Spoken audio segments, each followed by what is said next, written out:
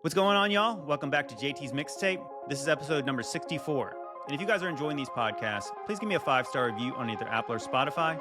And if you're watching on YouTube, please hit the subscribe button. Thank you.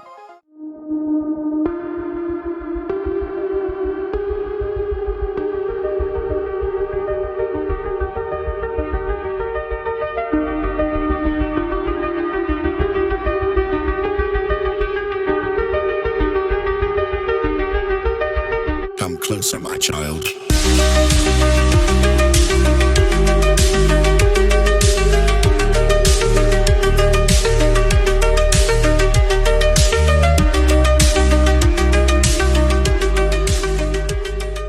What's going on, y'all? This podcast is brought to you by Modern Roots Life.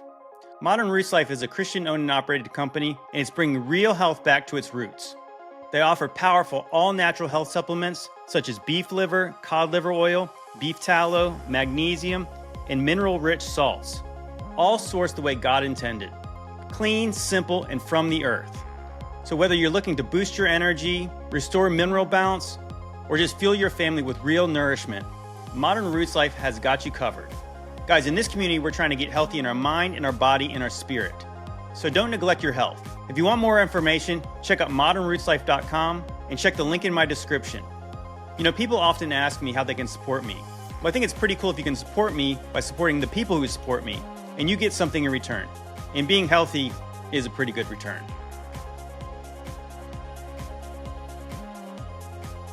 Well, guys, we're all here today except for Brian. Once again, I'm your host, JT, and I've got Aaron Tune Thy Heart with me. What's going on, Aaron? What's up, y'all? So we're just going to talk about some of the things we're interested in, some of the things we've been looking into lately, and hopefully Brian shows up. So I downloaded Gears of War 4 because I got the Game Pass now. Yeah. Okay. Start playing that. Yeah. And it's cool. It's cool. It's more about fighting robots at the beginning. really Mm-hmm. interesting. Yeah. The guys that you follow in 5 are outsiders at the beginning, and they're kind of rebelling against the cog. Okay. Mm-hmm. It's interesting you mentioned robots. So I saw yesterday, a clip from the movie iRobot. Mm-hmm. And so I was like, I'm going to watch it because I haven't seen it in forever. And so I watched it, and there was a lot of stuff in that was like trippy about where we're at right now in just in society, because Mm-hmm. you know that movie came out like early 2000s. I don't remember, but it was a long I time looked ago. it up the other day because I think we were saying it was like 15 years ago, but it was actually over 20 years ago. It was 2004. So, and it's set in like 2035, Okay. and we're in 2026. So like that's only 9 years away. Mhm. And the way they had it mapped out like was so different than like what it's actually going to be, right? Like all of the futuristic things that they had talked about in movies about like what life might be like, it's not. It's like it is in some ways, but like it's not at all. Like we don't have any of that tech that they promised us in those movies. Like No, none it's of not it. like Back to the Future 2 when they go into the future. Yeah. And it's what nothing year like was that? Was that like 2018 or something? They went to the future? Well, gosh. Yeah. It's like It was we've something already like it was something like that, yeah. Mhm. we've already hit it. Whatever it was, we've already surpassed that. But like No hoverboards yet. no hoverboards, unfortunately. But No like hoverboards, no cool Nikes like they showed where they lace themselves. they actually did make those. You know, I remember seeing that, but I mean, I'm saying that that's not a common thing that people make. No, not even Did close. they actually lace themselves like that, where they strapped? I think so. So they did. Yeah, I think so.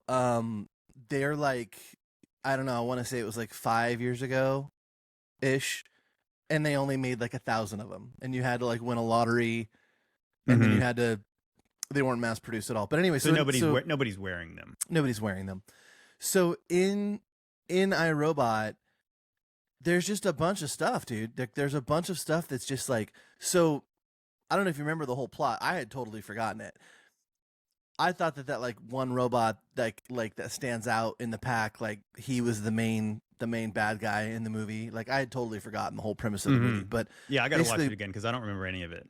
okay, so ultimately, like one of them is like sentient, and one of them can think for itself, and he has dreams, and that's not the way they're all supposed to be designed. And so the main developer guy that like thought of them all, he dies. They say he committed suicide. They go to try to find it. Will Smith goes to try to find, evidence. He finds this one robot. They think he did it. And long story short, he starts going after, like, going down this rabbit hole and trying to pin it on this one robot. And he's getting stopped, like, at every turn. And all of a sudden, like, the robots, like, turn on him and they start coming after him. They attack him on the freeway. There's all these different things. But every single time something like this happens, like, it gets swept under the rug. Like, whoever's behind it all, he ends up, like, they destroy all evidence every single time this happens of any robots. So there's no evidence to point that these robots are the ones that are doing it. Because in this world they live in, the robots aren't bad. They can't hurt people. It's one of the 3 laws that have been established, that, like, robots can't harm humans. So, like, nobody believes him. They just think he's like anti-robot because of things that had happened in the past. So long story short, he's anti-robot. Yeah, exactly. He's racist against robots. Exactly. So they get to the very end, right? And, like, you totally think it's this other partner, like the other main actor in the movie, who is, like, running this, multi-billion-dollar company, only to find out that it's the AI that they had built that was integrated into their business. It was the AI the whole time. It was like this AI computer, this AI. And I just felt like that was very telling. I felt like that was very, like, foreshadowy of, like, where we're at and, like, what's going on and what's taking place with AI. And it just made me think about, like, Elon Musk, and it made me think about summoning the demon. Dude, yes. And it made me think about how he is forever talking about, like, have you seen those interviews with him where he talks about how we're going to have an AI overlord? And, like, the way he talks about it, though, is people will ask him questions about the future. And, like, are you worried about this and that, passing into law? Or are you worried about this and that? And, like, his answers are, that won't be an issue. Like, by that time we'll have an AI overlord. None of that will matter. And he says it so matter of fact. That's not frightening at all. It's terrifying. And so then the person interviewing him says, is that, like, that sounds terrifying. Like, is that going to be good for humanity? And his exact response is, well, I don't know if I would say good. He was like, I don't think good is the right way to put it. He's like, but it'll certainly be interesting. That's his actual answer. Yeah, that's wild. Dude. You know what it kind of reminds me of, too, is that when you're talking about, so there's, like, this one rogue robot, and then he kind of is driving the plot forward. It kind of reminds me of those updated Planet of the Apes movies with Mark Wahlberg. Mm-hmm. Right? There's one, what is his name? Caesar? Isn't that what the... It is. Yeah, so one little primate got some kind of upgrade to his brain, and then he's the one who's leading all the other primates against humanity. Same but different. Yeah, dude, it's kind of terrifying. You know what it seems to be? You know, it's funny. So I wanted to have Brian on here. Of course, Brian, we're still waiting on Brian. We don't know if Brian's going to show up at this point. But I was watching, so Tim Alberino went on the Nephilim Death Squad. So they were debating the whole aliens, are they demons? Tim Alberino says they're not. Nephilim Death Squad is arguing that they are. And I don't know, maybe some of these shows I've been watching, and then the more I've kind of, like, just connected that this is all related to the 3-letter agencies, whatever they're doing. But I think I'm seeing a theme, and we talked about this, like, a little bit last week, that even in that Gears of War game, later they kind of showed that it was humanity who actually created these hybrid things, these locusts. So in the movie Paradise, it's the nukes from people that really wrecked the place, not necessarily just the super volcano. And I'm seeing like a theme where it's like it's humanity that's really brought this destruction upon themselves. And then we're looking for these outside entities that are doing it. And obviously I believe in the spiritual. So I believe that the devil is a spirit and he's influencing people. Demons are spirits and they're influencing people. But it's ultimately the people that are actually going to bring about the ruin upon themselves. It's not like this army of just completely other things that are going to do it. It's humanity that's actually created the other things that are going to bring about the destruction. But when you say humanity, like, we're talking about a very small group of people that decided they wanted to play God and do some gene splicing and create abominations that were never supposed to be created. And at the end of the day, that was 100% influenced by the demonic. Right. Right. So it's like I hear what you're saying, and I'm sure we're on the same page with this, but at the end of the day, like, that's all derived from and for the demonic realm. And I also would imagine that one of the main focal points behind creating these entities is so that they can be governed and inhabited by demons, because they need bodies. Right. Yeah. I think that's kind of what we're talking about is that, some people believe the gray alien phenomena could be explained by these hybrids, flesh suits, meat suits that are inhabited by these evil spirits. And that's kind of very similar to like what we're showing in Gears of War, is that you have these locusts that clearly look demonic, but they were actually hybrid things that were created with people that created these otherworldly looking beings. But they weren't native to the world. They were created through mad science. Yeah, they're basically Nephilim offspring. Right. And essentially.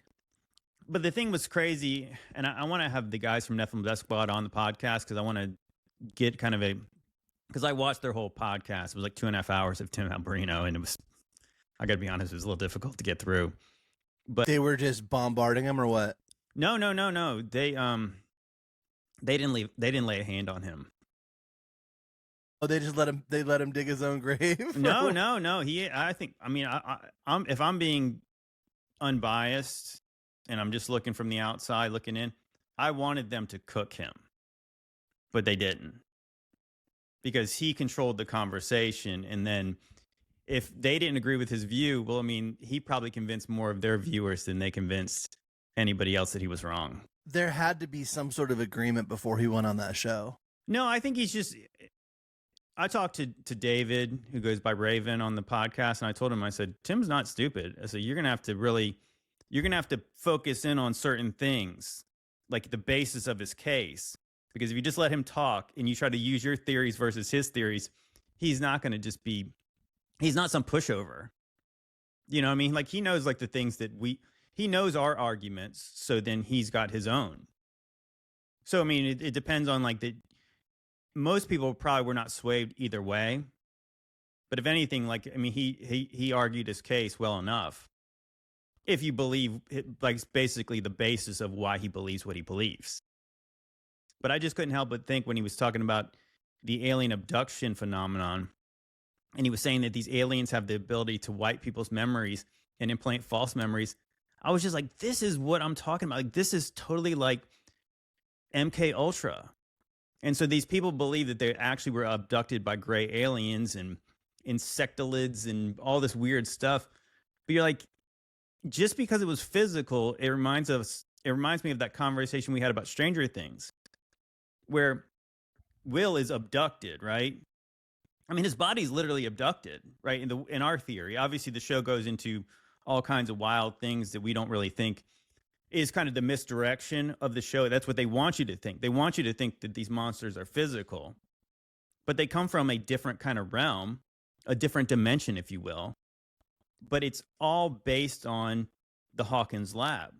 Without the Hawkins lab, there's no gateway to this other dimension, right? It's 11 that opens up this dimension earlier in the show. I think like season 2, they show that it was her that actually created the portal that these beings come through. And so how did they open the portal? Through trauma to these children, right? So there's access to this astral plane, and there's physical trauma to these children, but it's not from aliens. It's not from demigorgons. It's from the people. And then so that they don't have, so then these people, like in real life that have alien abduction stories, they were physically violated. They did have some trauma happen to them, but they don't know what it actually was. And I think that that's really, that's like the deceptive part about all this stuff. I'm more inclined now to believe that people are being influenced by the demonic, but the demonic entities are not actually physically doing all the bad stuff. It's they're using people to do it. And then the people have these wild memories of alien ships and gray aliens and praying mantis looking beings and stuff like that. But is that them talking about a demigorgon? See, right? It's actually not a physical being. I don't think that they can do anything without our permission. Like, I think that there are, like, well, listen, there have to be rules. There have to be rules that we don't know about, right? Like rules that maybe, I don't know. I think the Bible basically spells it all out, and without addressing that topic specifically. Like, have you ever heard of a case of a Jesus follower, a Holy Spirit-filled Jesus follower being abducted? As a Holy Spirit-filled Jesus follower? No, I haven't. I'm not saying that's never happened, but I've never heard of that. So I would imagine that at some point in time, these things have to be allowed in or invited in. Like, I knew a person at one point in time who they were consumed with like evil shows. Like, they watched evil shows all the time. They watched like murder shows. They watched alien shows. They watched like the ghost hunting shows. Like, they were consumed with all this evil stuff, and they had just like, and their personal life was plagued. They saw shadows, they saw ghosts, they saw weird things happen, they saw strange things taking place. And like, I even experienced some weird things when around this person because of the stuff they were involved in. But when I was not around them, I never experienced that stuff because my gates were closed. Like I wasn't giving that stuff permission. I wasn't giving it energy.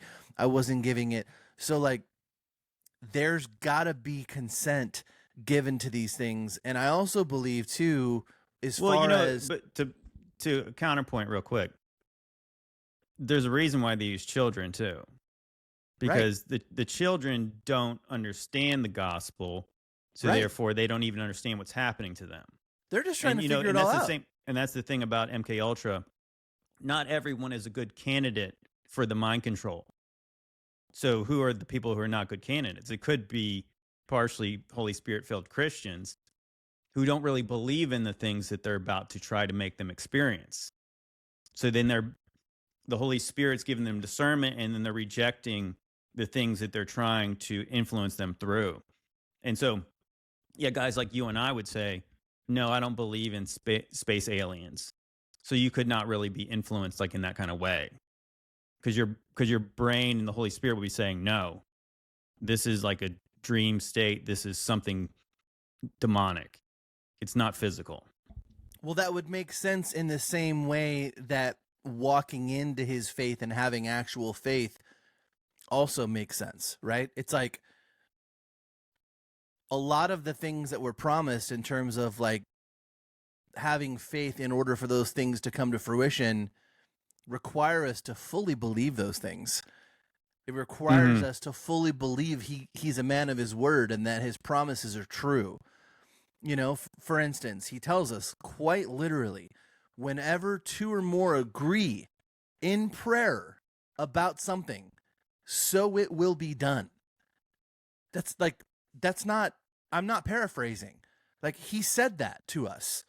Like, that's in the red letters. He told us that. So as believers, if you and I decide to pray for something and it's holy, it's a righteous prayer, We pray for deliverance of someone else. We pray for the safety of someone else. We have to have the faith that we just prayed that prayer. We agree as brothers in Christ. We agree on that prayer. We walk away from that. We have to move forward with the knowledge that that is going to happen. That is going to come to pass. And it's easier said than done. Most people like that's another level of faith. But like that's the kind of faith that's required. That's radical faith. And when we have that kind of faith, it is done. He told us so. And it's like we have to believe him. Everything he told us was true has become true.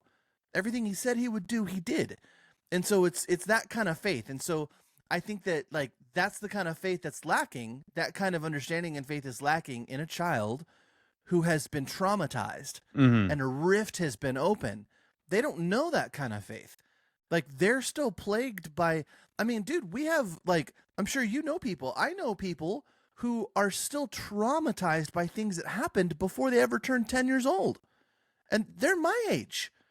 They're in their 40s and 50s, and their whole life is reflective of those things that took place as a kid. Like they are still controlled by those things.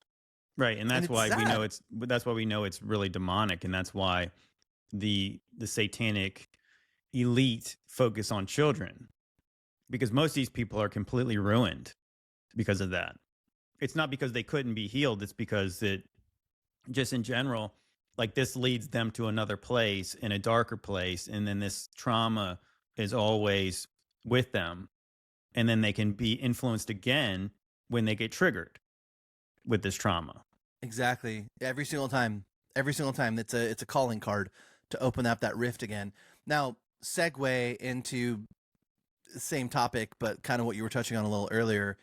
I personally believe that the grays are bodies that were created by mankind in order for demons to possess.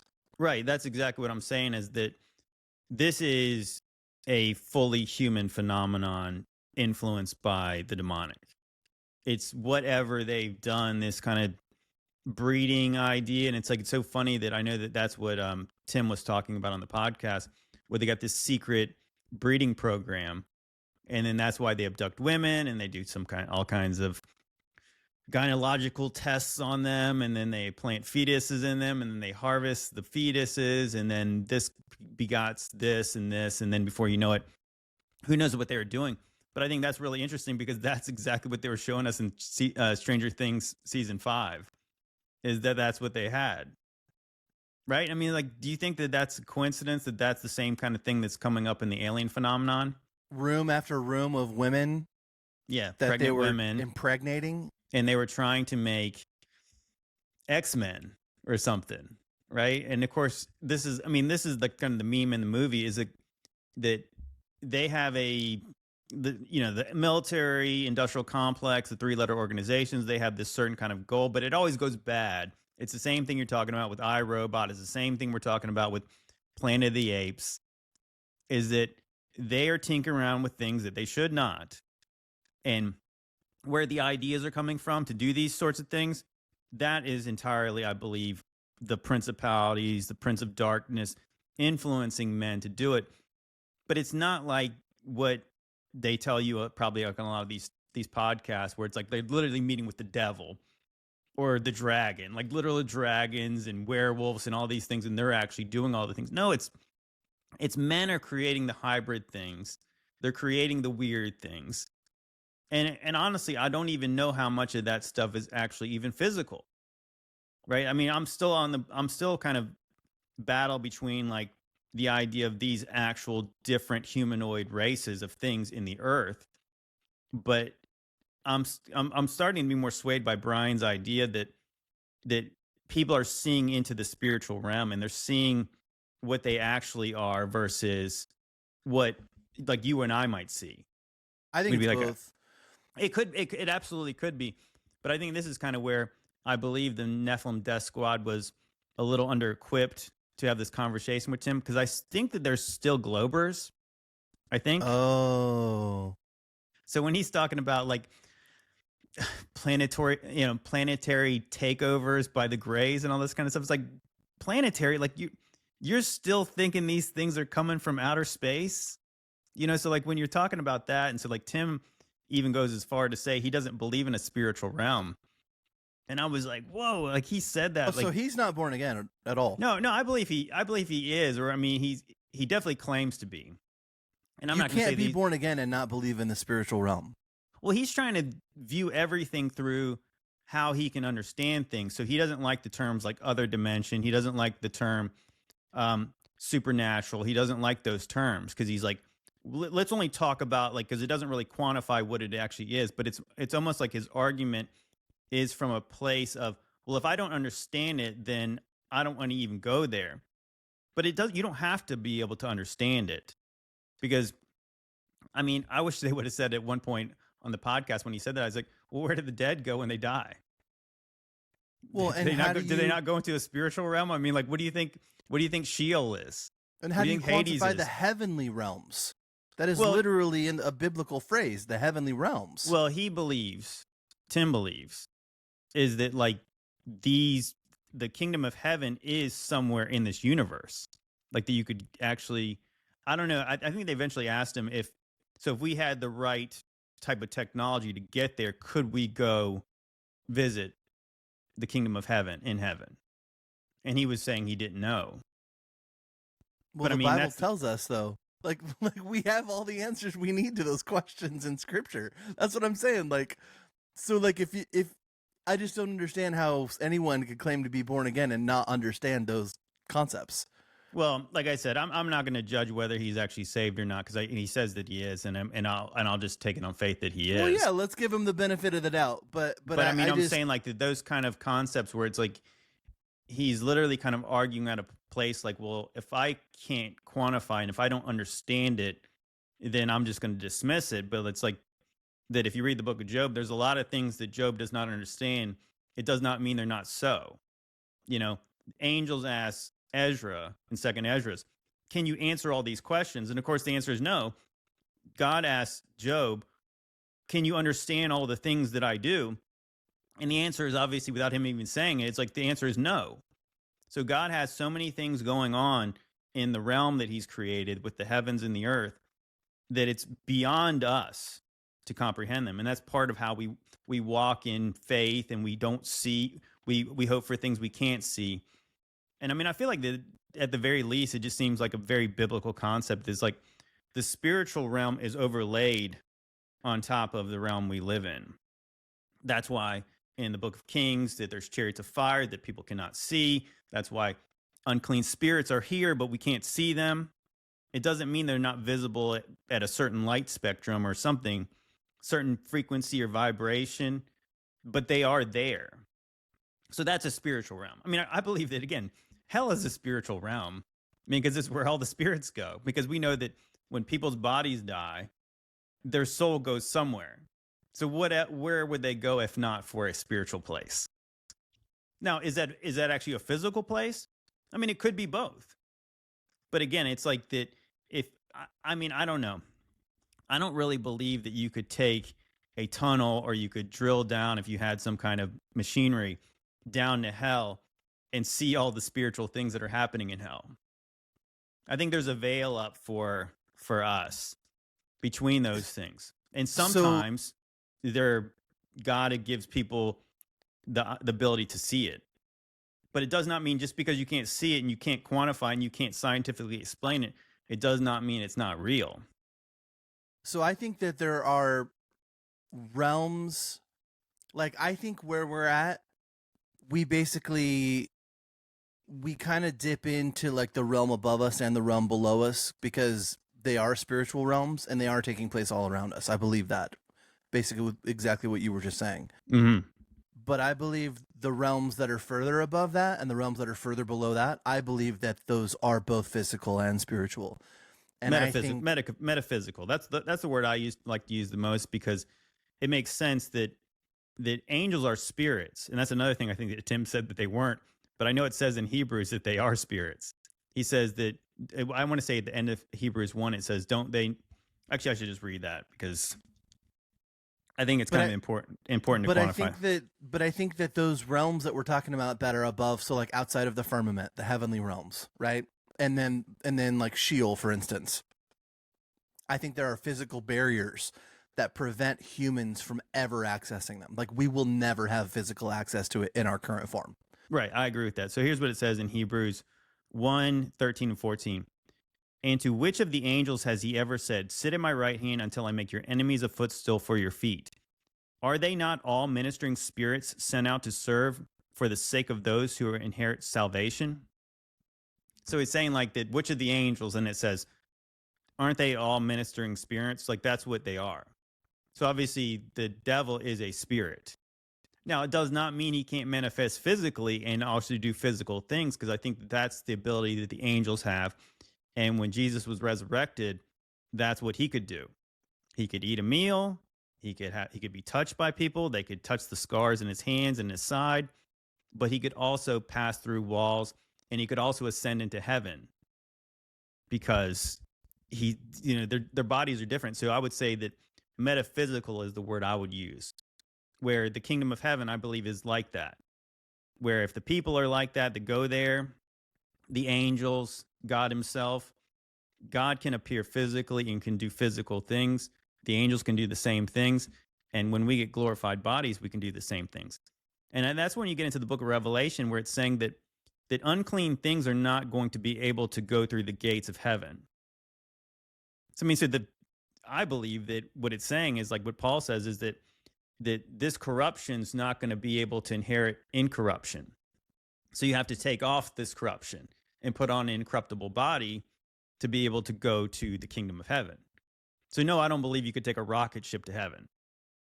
Now, if it could be, again, like the same kind of thing where if Stranger Things is showing you kind of the upside down, right? So that is what is it? It's a decayed version of Hawkins, the town that the show takes place in. I believe that maybe in the same way, on a higher level, the kingdom of heaven could literally be here too, right? But we can't access that either.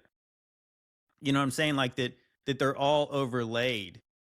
And then we're kind of in the middle, and we're getting caught in this kind of this cosmic spiritual tug of war between the low vibe and the high vibe that are still right here. That's why, again, you have power through the Holy Spirit that is your access to this higher dimension, which is the kingdom of heaven. Yeah, the heavenly realms have an earth, within the dome earth chapter. Right. Well, you know what? That represents them here. What kind of made me think of what you were describing about the different levels of these dimensions. It kind of reminded me of the Norse mythology of the world tree called Yggdrasil. Yggdrasil, I think you say it. And then let me pull up a picture of that. Say. Yeah, I kind of see it like Zelda, how like you can't get to like the next section until like you got to have like the iron fist to punch through the mountain, and you got to have like the, just the different things. You got to have something to swim through the water, and you can't access those things until you have that. And so it's kind of like that for us as humans, where like you can't, our physically bodies couldn't make it to the upper realms or the lower realms. Like it's not allowed. It's never going to happen. Yeah. So see how the Norse cosmological view is that here's Midgard and here's where the people live, right? And here's Asgard up here, which would be like kind of their kingdom of heaven. But then you see down here, you have all these different other little realms, and you got your serpent here. You got Niflheim here. And so, yeah, like all these things are kind of in the underworld. What do you think? I mean, I think it looks exactly like or very identical to what the biblical representation would look like, with the flat plane in the middle, the dome at the top, Sheol at the bottom. The difference is that they've got a few more little realms at the bottom. Well, I mean, if you really think about it, there are different realms at the bottom, because we know that Sheol was kind of the general, maybe generic term for the underworld. But then there was a Hades there, and then there was a place called Abraham's bosom. But then you also have a place called the abyss. So just based on that view, there's at least 3 different areas of the underworld, but there's only one section of heaven, right? That's pretty crazy. I mean, again, this is not me validating Norse mythology, but it's more like, in the same way I always talk about all these mythologies, there's always a kernel of truth to them, and they're not completely made up. So they have a perspective on this that actually kind of lines up a little bit like with what we believe. I mean, I think that what might trip people out is that, again, people trying to view everything in the physical, they would say, well, where's the big tree at? Well, I don't know that the Norse ever believed there was actually a big tree like that, even though we do talk about giant trees on this podcast, like the giant tree stumps. But I think what they're showing you is there's a tree that is likely a spiritual idea. It's symbolic. You know what I mean? Like, all this stuff is symbolic when you show a picture like that. It's not like that's literally what the whole realm looks like. But, from an understanding of a people trying to pass this story down, this makes sense to us, almost in the same way that Tim Alberino can't quantify these things, so therefore they don't exist. They're showing some symbolism of, there is a tree, it's a Jacob's ladder. You know what I mean? Is it a tree or is it a giant ladder? Either way, it's kind of showing you like that there's a way that we can kind of understand this. So if Norse mythology shows these gods ascending and descending on a tree, well, biblically, you would say they did it on a ladder, because that's what Jacob saw when he was in Bethel. Makes sense to me, man. I mean, it makes perfect sense to me. One thing I was gonna add to really quick, and I was just looking it up. So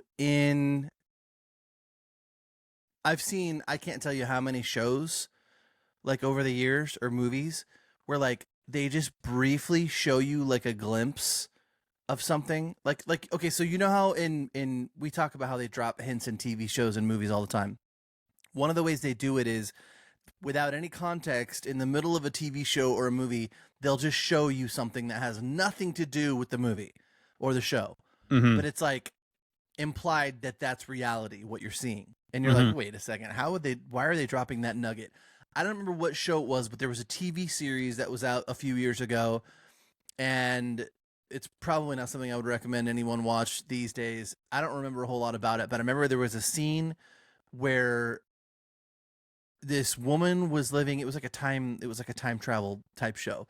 This woman was living in a building that at one point in time was like a Jewish synagogue or a school. Mm-hmm. And she walked downstairs and walked through some room, and it was like what used to be a class where they taught these Jewish children. And on the wall, on the board, what the teacher was showing the kids and teaching the kids was this exact map right here. Oh, really? Interesting. This exact map was on the wall, and this is what was being taught to the kids. Showed the waters above the firmament, the floodgates, the firmament of the sky, the sun and the moon and the stars within the firmament. Of course, we know the stars are set into the firmament, and then it showed Sheol down below. It was this literal exact map. There's another one just like that. And they just dropped it with no context. With no context, they just show that. Like that's what was being taught to the kids. Well, it's funny that you say that too, because again, that picture of Yggdrasil, there's a serpent or a dragon around the base of the tree and at the roots. And then there is, I want to say, one picture of biblical cosmology that shows something very similar to that. I got a few of these on here, but so you got this one, and that's like a world tree. So I think, is this still, I'm not exactly sure what mythology this comes from. Here's another one of Yggdrasil, kind of as above, so below kind of a thing. Yeah, exactly. Here's another one. Here's another one with the serpent at the bottom. Yeah, it's a combination of the two. Yeah, and then what I think is interesting about the whole idea of Yggdrasil too, if you go back here, you see the rainbow. Remember, what do they call? I can't remember what they call that in like the Thor mythologies, but that's the bridge they come down to Midgard. Oh, oh gosh, what was that called? What's his face guarded it? Mm-hmm. Oh gosh, I just saw that picture. The Bifrost? Yeah, the Bifrost. Yes. Okay, so this is what I was talking about. Look, so check this one out, Aaron. See, here's another Hebrew cosmology, and so the Dude, look how dragon massive the dragon is wrapped around the foundations. So it's telling a very similar story here. It's a very similar view, more similar than probably people would acknowledge. Keeps coming up, right? That's intense.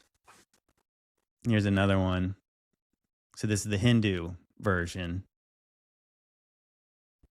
but of course you have a god at the top, and then you have the flat plane, and then you have these different levels of the underworld and different levels of heaven.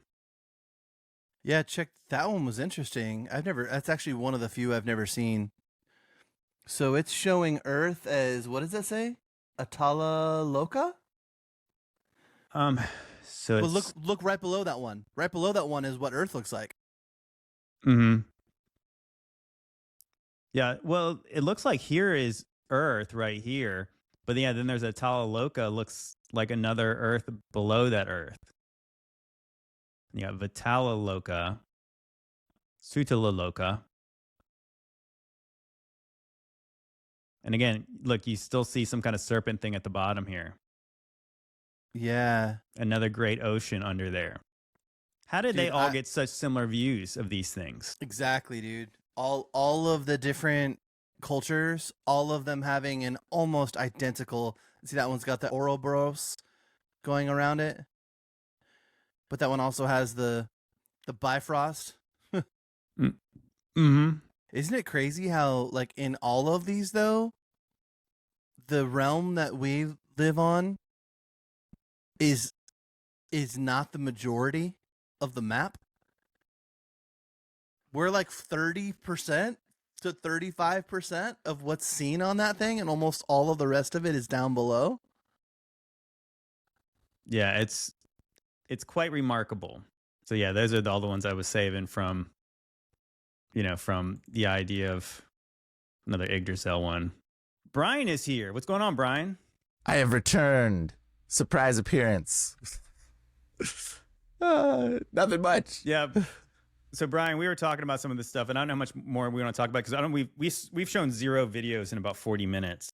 Are you serious? But I think the conversation, I don't know how much more we want to talk about this, but I know I'm going to open up a can of worms by saying this, but I watched the full Nephilim Death Squad versus Tim Alberino podcast. I was telling Aaron, I don't think they laid a hand on Tim. I think Tim came out there kind of smelling like a rose. No. You think so? Yeah. No, I wanted them to cook him, and I don't think that they did. No, I don't think they cooked him for sure, but I think it showed that Tim is a bunch of word salad. I don't think he came out smelling like a rose. I think he came out looking just like, what the heck? And the comments, if you just go through the comments, it's all like the live comment, because I was on the live when they were doing it, and dude, the live comments were just ripping Tim to pieces. It was kind of funny, actually. Well, I think this is an example of probably confirmation bias because he was on their home turf, right? So that obviously naturally their audiences already agree with them, and they were kind of waiting for it. And so people were saying he was speaking in word salads. He really wasn't. What he was really doing was he just controlled the conversation. So like what they needed, and of course this is hindsight, and this is not me criticizing them, it's that they really needed a moderator to set the terms, because they allowed Tim to set the framework for the discussion. And Tim's, he is very knowledgeable about some of these things. And a lot of the things he was talking about, I agreed with him. A lot of even things about like the angels being kind of symbolic, the way they're described in the Bible. Not fully, but I mean, I agreed with a lot of things he was saying. So I think that that's the issue, is that they gave him as much time as he wanted to talk about everything. So like, I want to say that it was almost like an hour in that they were just kind of they were trying to set the terms of like what a demon is, what an angel is, what all the things that we kind of already know and agree about. So then it wasn't later, it was only like they were allowed to kind of disagree with him at some points, but when they got to the end of it, it was like they were glazing him. Right? Yeah. You know what I'm saying? It was almost like, thanks for coming on here, but I believe, this is just my outside perspective, that not many people's minds were changed, but if anybody's minds were changed, it was people in their audience were more likely to agree with Tim after the podcast was over than anybody who agreed with Tim decided to switch views to their view. What do you think? Well, watching it, I missed the first I think I missed the first hour. I missed the discussion about demons. So I didn't watch the full thing. So maybe I need to rewatch it just so I can get a better perspective. You probably wouldn't I don't think you'd probably disagree with much of what Tim said, because he was really just setting the parameters of that demons are unclean spirits that descended from the Nephilim and the giants. And then he was saying that there's angels and fallen angels, but he's saying that fallen angels is not even really a biblical term. It's like, it's maybe a description of a thing that is biblical, but the term fallen angel never comes up in the Bible, and he's correct about that. So yeah, when he gets into the stuff later, I think the thing that I really didn't like that they didn't really push back on. I remember talking to Raven about this before they ever did this sit down. I said, you really have to dig down to how do they know all the stuff that happens in these dumbs and all this kind of stuff. That's what was in the comments. We were like, Tim, the expert of invisible stuff that nobody knows. Like, that was kind of funny. Well, he was saying that some of these things were conclusive. Like, basically, the argument's over. Like, this stuff is absolutely real. He was like, the alien. He's like, the insectoids run the program, and that's for sure. And like, it was just pretty. He was saying they wear capes and they've got tall collars and stuff, like Doctor Strange. Yeah, it was comical, I thought, but from when I came in, it was like pretty. It was pretty like silly seeming. But well, anyways, we got into a whole different rabbit trail after that. But so we don't spend the majority of this podcast talking about this. Wait, I got to say something else, because there's something else that's fascinating. So, like, number one, to assume that the demons are all disembodied spirits of the Nephilim is false, because if you read in the book of Jubilees, it actually talks, and in the book of Enoch, it talks about the angels that came down, the angels that made it with them in the original angels. It says specifically in Jubilees that they taught men how to control demons. So demons were there before there was even the Nephilim. Like, they were there before, because it says that's what they came down to teach men. And you're like, well, that's weird, because that would imply that demons are something different than the angels. Well, see, I think this might be, again, where I probably agree with Tim about a lot of these things, because like we're using terms for things that we have no idea understandings for right now. So we use the term demon when we're specifically talking about unclean spirits now. Now, they obviously had an origin, and they did have bodies at one point. So were they demons when they were still alive? I mean, it's like the idea of like that the devil is really not that being's name, but he is a devil. And in the King James translation, it says we can cast out devils, like devils plural. And then so in later translations, it's demons. So the point is that demon is in a description of a being. So it can be a spirit that's a demon, but yes, it could also be another kind of entity that's demonic. So you're saying that's a demon. In the same way I could say that's a devil. Now, when we hear devil now, we think of the devil, like capital T, capital D, the devil. But yeah, when you're talking about casting out devils, you're still talking about, biblically, you're talking about casting out unclean spirits out of people.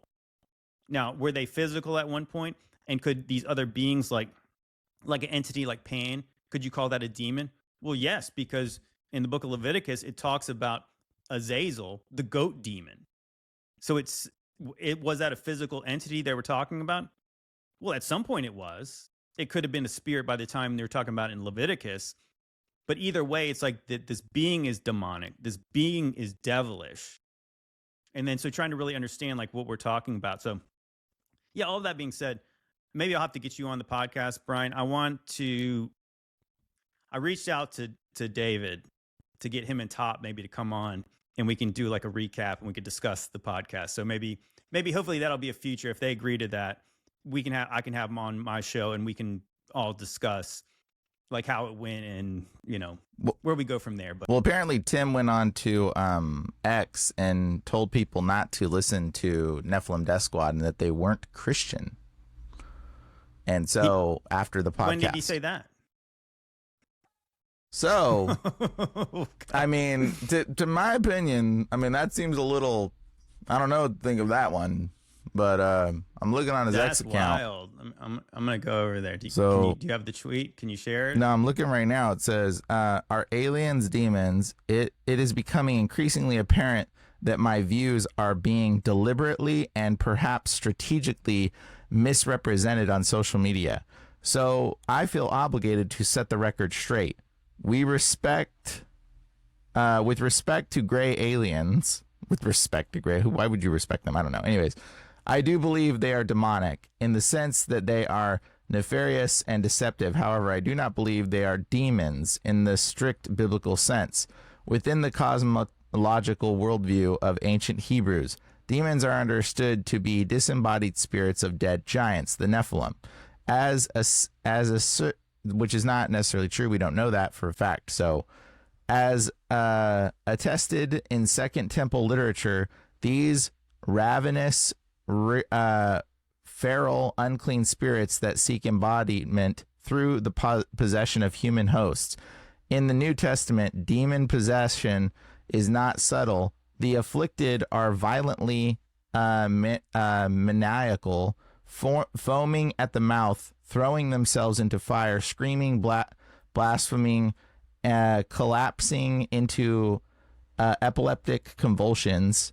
In contrast, real quick. Real quick. I want to address that real fast. What about the woman that was possessed by the spirit of Python? Yeah, and she knew, and she was prophetic. There was nothing wrong with her. Yeah, she was not foaming at the mouth. She was not throwing herself down. Yeah, they're not all erratic like that. Right.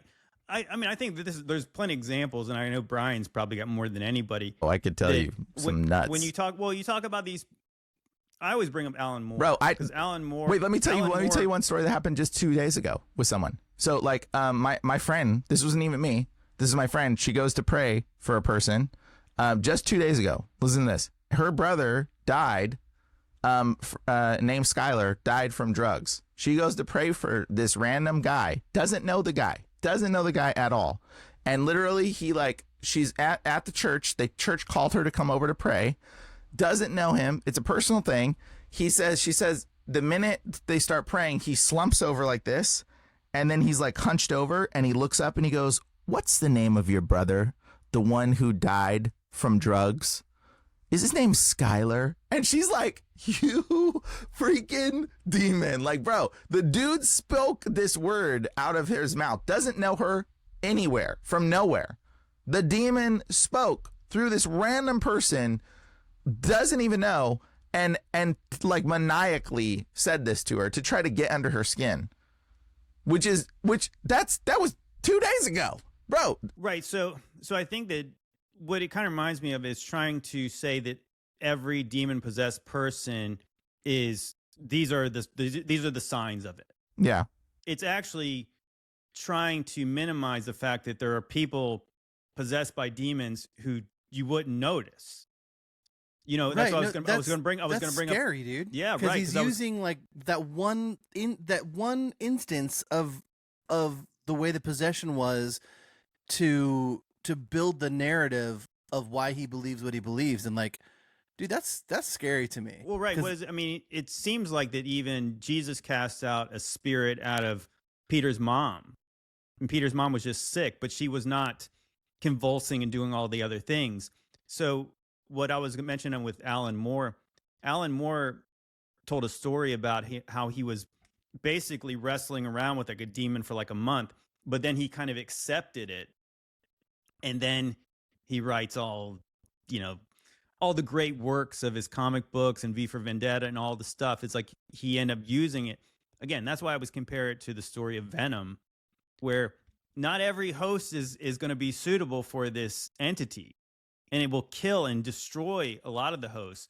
But some of them gain symbiosis, and those are the ones who are the most dangerous to the rest of us. There are demon possessions, and I know Brian would agree with this, where unless you have full discernment from the Holy Spirit, the average person would never know that they were possessed. You wouldn't. And in fact, you wouldn't know that they're possessed. In fact, I deal with demon possessed people all the time that think they're prophetic and they can like tell you stuff, and they would say like, the Lord tells me this. They have no freaking clue. It's a prophetic demon that's inside of them. It's a spirit, and they'll tell you the future, bro, and you'll think this is the Spirit of God.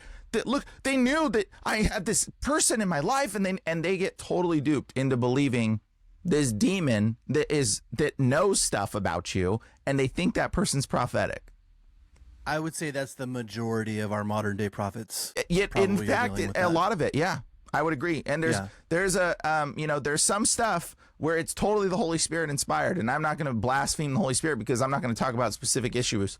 But I'm going to tell you right now, there is situations that I've personally witnessed where I'm like, I don't know what that is, but that definitely don't look good. And I'm going to tell you the outcome of it. Does it produce fruits? And that's an easy one to tell. Like, okay, because there's a lot of these prophetic individuals that are prophesying or telling your future, which is fortune telling. It's a spirit. And, you know, that's straight up. You wouldn't even know. You wouldn't even think that was demonic. You would just be like, oh, it's the Spirit of the God. Like, this is amazing. There's no way. They're saying God told me this. I agree with that. So does he go on to say in that X post? Yeah, it gets bad. What you said about them not being Christians? Yes, it gets bad. Listen to this. Okay, I'll read the last part. The last part is very disturbing. While I'm just going to read the paragraph before the last paragraph. It says, while they may be isolated cases in which gray aliens retreated with the name of Jesus was invoked, these instances are the exception, not the rule, he says. Okay, the vast majority of abductees who contact me are sincere Christians, including pastors who have exhausted every means at their disposal in an effort to stop the abduction. See, contacted him. This is where we get the spirit of pride. The spirit of pride governs a lot of people, and because he's been contacted by a lot of people, there's no way the demons were influencing these people to contact him. Obviously, these are genuine people. They weren't people that were being manipulated by demons because they had a spirit of pride. Okay, so from the who exhausted the means at their disposal to stop the abduction to insist dogmatically and without regard for the facts that aliens are demons who flee at the name of Jesus is intellectually irresponsible, pastorally reckless, and spiritually injurious to Christian abductees. And now this is the worst part is the next paragraph, but I'm gonna say right now, I cast out demons in the name of Jesus. You know how many people, you know how many demons don't flee at the name of Jesus, bro? You know how many demons say the name Jesus? It's even in the Bible, by the way. Side note. Okay. The Bible. The sons of Ski, but we bring that up all the time. Bro, literally the demons say, you're the son of the most high God, Jesus. What do you want from us? Bro, they say it in the Bible. Demons can say the name of Jesus. What a horrible misconception. They love the name of Jesus, by the way. Demons get it. They say it all the time. I had a demon-possessed person come to me who I didn't even know he was demon-possessed. And he was like, Brian, I'm going to prophesy over you in the name of Jesus. And I was like, that was a weird way to say it. And he was like, and I'm going to say that you're going to do so many things for the Spirit of God. Let me just pray for you. And he goes to touch me, bro. And when he reaches his hand, before he gets his hand, he goes, boom. And something hits him back. And he goes flying back like 10 feet, bro. And I witnessed that. Now, this demon in this guy, I didn't even know the dude was demon-possessed. I was just like, this is a weird guy trying to pray for me. Weird. But then when he went to touch me, boom, he flew back. And he was saying the name of Jesus. He said he was going to prophesy over me in the name of Jesus. And he was saying like, so I need to, like, bro, I need to know what the rest of that thing says. Yeah. The final paragraph, this is where it gets really interesting. It goes, some will no doubt disregard these facts and accuse these Christians of lacking faith. Okay. Or not being in the faith at all. On their behalf, I say to you, be silent. Keep your forked tongue behind your teeth. I have not passed through fire and death to bandy cooked words with a witless worm. That's what Tim said. So dude thinks he's the white wizard Gandalf Yes, now? yes. Are you kidding me? Is that a Gandalf line? Basically, Well, yeah, It that's, sounds like isn't, it that what could he, be. isn't that what he says to Wormtongue? yes. I don't know, man. That Dude, I sounds like a officially demon to can't me. stand this guy. I don't care, dude. Like JT, I know you're trying to be politically correct and have a conversation. No, I'm trying to with the be dude professionally, diplomatic. Like what I'm saying. But I rebuke Well, I mean, everything he stands for. In the name of Amen, Jesus. brother. Like, straight Amen. up. Well, I didn't. I'm right there. Again, he didn't say all that on the podcast, so he didn't say it. He was honestly, it was pretty civil. It wasn't. I thought it was going to be more argumentative than it was. Dude, his Again. spirit of pride is out Well, of control. It was outlandish. Well, it was what we so just- like prideful. what we It was just said insane. is that Mm-mm. that what we're talking about here is that, again, in the sons of Sceva story in the book of Acts, it's that people were trying to cast out demons in the name of Paul's God, Jesus. But we were saying this we were just talking about, was this last week? We just talked about this, that you have to actually use God's authority. So it's not just the name, like No. the literal name. And so that's when you get into the sacred name or stuff. Well, maybe they didn't say his name right. No, Yeah. the name is the authority of Christ. So Yeah, without do you the know Holy, him? right? Do you know him? Right, like you said, there was that. Would you say there was a vampire movie where they flashed across at this vampire, and he grabbed and he says, "You have to believe it for it to work." Exactly. Right. So I mean, I think that's exactly what we're talking about. So, and again, it doesn't also mean that the demons cannot oppress Christians. So if these Well, they do all the entities time. are demonic, They do all the time. well, it's funny. So it was funny. So maybe I'll bring this back up just because we're talking. Demons about oppress Christians, and Christians can't get rid of the demons all the freaking time, dude. That's what I deal with. I deal with these people all the time. it. What makes you think could the not aliens are help- any different? I could not help see the parables, the parallels between this alien abduction phenomenon that Tim was describing on that podcast, and also what we just were talking about with Stranger Things, where these people in this show, like they're showing this story of Project Monarch or the Montauk Project, where kids are taken to this military base, and then they're getting memories wiped, false memories implanted into them. They're getting their minds fractured, and there is physical trauma happening. But that's kind of like to say that that's not real. The only difference is we're not saying that it's not necessarily some alien from space doing it. It's like they're actually experiencing real trauma. And what I really enjoyed the late Michael Heiser's take about this. He was talking about the whole kind of UFO phenomenon. And he was saying that there was, I want to say it was like the 50th year anniversary of, forgot whatever they called it, the kind of the Roswell incident where they had like this alien ship crash and then they were recovering bodies and all this kind of stuff. And he was saying that one of the generals there, and I won't even get into all the details of it, but he was saying that there was some kind of a high-ranking military guy there that was allowing this idea to kind of foment that it was real aliens. They were kind of saying all these kind of twisted, confusing things that made people even more curious. So Michael Heiser's take was the technology is probably the government's technology, and they want you to believe it's UFOs and aliens. Yeah. Because if you say, I saw a UFO, a lot of people are just going to say you're crazy and dismiss it altogether. So if you say it's an experimental government craft that came from Operation Paperclip, now you've got people like, oh, that's pretty interesting. So what if this same phenomenon is explained through aliens because nobody hardly would believe that? So if you got kidnapped and taken to a secret military base and you're being experimented on by people, and then you had these false memories implanted in you that is demonic, you remembered it as totally real. But again, all these details are all fuzzy stuff. It's not like these people have pure, unadulterated recollections of all the events. But you get back and you say, I got abducted by aliens, I got probed. Half the people are going to laugh. Half the people are going to think you're crazy. And then only people like Tim Alberino are going to think you actually experienced a real abduction and got taken to Mars. But dude, do you realize that what he's doing there is straight up warlock stuff? Like, that is witchcraft. He wants believers to be scared of these aliens. Mm. He wants believers to feel like they're not safe against these aliens. That's literally what he's framing. Like, that is witchcraft. Like, straight up, Brian, am I wrong? No, absolutely. That's literally what they're trying to do.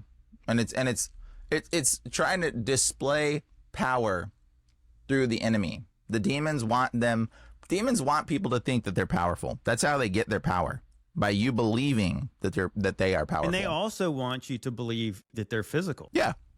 They want you to believe they're physical. Believe in their power, because if you believe in their power more than you believe in the safety found in Jesus, it's all about your shift of belief. Well, if they can get you to shift your beliefs, that they have your power. Well, just think about it like what I was saying.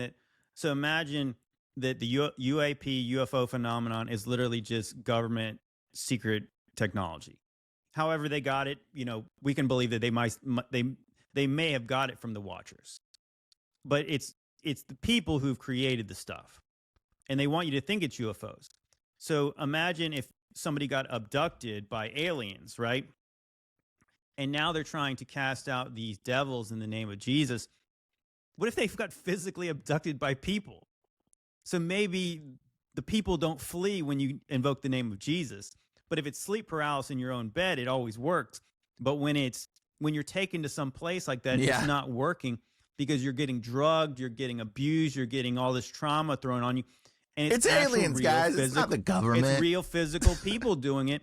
And they want you to believe that it's aliens because most people don't believe in aliens. Yeah, exactly. That's exactly it. That's exactly what I think is going on. They want people to think, yeah, it's aliens. It's not the government abducting you and experimenting on you. No way, guys. No way. It's funny. Now, I literally just was watching a show on HBO Max, and I forget the name of this documentary, but it was about, I think it was some kind of a cult in the 70s, and it was some kind of weird mix of Christianity, but they believed that they were going to be taken to the kingdom of heaven by aliens. And there was two people running it. It was like Doe and some kind of weird two names, but they believed they were the two witnesses. And they had all these people kind of tricked. And eventually I want to say that this was some kind of a suicide cult where I want to say 29 or 39 people end up killing themselves because, again, you had to kind of die to go on this spaceship and go into this different. But I was watching that and I just couldn't help but think, now that all the stuff we've learned about this, I was like, this sounds, again, like these people were likely affiliated with some kind of three-letter agency and some kind of military organization. And it was literally about mind control. Because you really do wonder, like, how do these cults get such a hold on people? It's like the Manson family type stuff. Mm-hmm. Like, how do you get people that are not violent murderers to become that? It's through all the MK Ultra, and it's the mind control. Yep. That's demon possession. The more I've looked into this stuff and the more we watch these TV shows, it's always about some kind of a op run by the military or some kind of three-letter organization. That's why they're showing you that exact story in Stranger Things. Dude, that's where the origin of all these cults come from. I'm convinced that what happened when we went to Antarctica was we were traded the secrets of the world and technology for us giving them access to as many humans as possible. And so I believe that since that point in time, the three-letter agencies, their number one priority has been to give them their children and their abductees and their human sacrifices and all of that kind of stuff, but to also to rip open rifts and portals within people so that they can possess as many people as possible. It's not an accident. It's not because they're curious. It's not because, like, they are following directions. And I believe that it was all in exchange for technology and power, because they had to get something out of it, right? They had to be persuaded. They had to be convinced somehow. But anyways, if we're getting tired of this topic and we want to move on, I do have a great segue, considering we were just talking about witchcraft. Since we've been talking for over an hour with no videos. But I think I've got our this subject is interesting, and I've got a video that is on this subject exactly with what you just said, Aaron. Okay. Like, because let me show this video, because you're right. I think there is some kind of exchange that was going on where they said, "Hey, we're going to give you control and power and technology in exchange. You're going to do what we say." and we're going to allow you. But I think the sacrificial point isn't hidden in the shadows. I think the sacrificial point you're talking about is right in front of our face. And in fact, so does this girl. Check this out. What is happening right now during the war in Ukraine? The first time I saw this video was from the capital, from Kiev. So they put that thing in the center of Kiev, and I thought, okay, that's really weird that during the war we are doing something like that. Yeah, so the guys are out there dying for the freedom. Yeah, and then we have something like this. Second time I saw this in another city, I was like, that's not okay, that's not okay, that's something really not okay. But then when I saw that in my city, ברוך אתה אדוני אלוהינו מלך העולם אשר קידשנו במצוותיו וציוונו. it's really pisses me off, especially when I've been talking about this with my Ukrainian friends for like years. Like since the beginning of the war, I've been telling them that this is exactly what's gonna happen. And they said to me that this is a conspiracy. You are looking for the enemy outside. That's not the enemy. Isn't that disturbing? So like the sacrifice that that you're talking about that they gave to us, Aaron, the agreement is right in front of our faces, and they're lighting their sacrificial lamps in the areas where all over Ukraine, apparently all the cities of Ukraine right now where they've been sacrificing people are now raising menorahs. Isn't that disturbingly fascinating? They're now raising giant menorahs. Well, it certainly explains the blood sacrifice portion of things. Well, you know what it makes me think of is that first Wonder Woman movie where World War I's happening, and she knows, like Diana, Wonder Woman knows that Ares is involved. And said, so through this war, they are gaining new technology in order to kill more people. Because through this war, Ares goes stronger. Yeah. Now, I know that's one example, but I mean, it's kind of like that all this stuff can kind of fit into that idea is that war does energize the demonic realm. Yeah, sloosh. And going back to the permission thing, they could not have done all of these things to the American people without the people in charge's permission. They needed them to run these operations and to do all of these things because they're not just doing these things in private.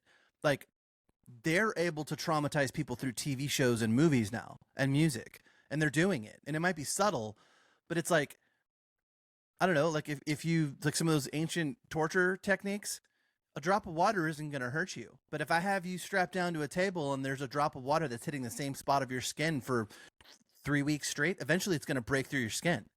Like eventually it's going to really damage you and hurt you. Mm-hmm. So it's like, it's the same thing with what they're doing with music and TV and movies. But they had to get their permission, and they manipulated them and got their permission to do these things. And they're doing the work for the demonic realm now because they wanted their power and their technology so badly. So they got the things that they thought they wanted. That's wild. This is in Gaza, guys. They raised a giant menorah in Gaza. Isn't that? Once again, it's not 7 like the biblical menorah or the biblical lampstand. It's 9. It's different. Which I think is kind of interesting is that the devil described in Ezekiel 28 has 9 stones on him. Yeah, it's a 9-pointed menorah. You have 9 with the wraiths from the Lord of the Rings, right? True. The 9 men. Mm-hmm. Very true. Yeah, I mean, if you really think about the whole idea of war, what we've seen, what we've learned over the past several years is that when you have a war, obviously you have mass death, innocent death, lots of it. And then you have refugees. And then through this refugee program, you can have children snatched, trafficked during this time. Mm-hmm. So, and then what you also have is what we saw during the war on terror, what it exposed was that you had prisons like Abu Ghraib, and then you had the ones in Guantanamo. They were torturing people. The good guys were torturing people. So if you really think about how much demonic energy is increased through these conflicts, there's more than one way they get it through dropping bombs on people.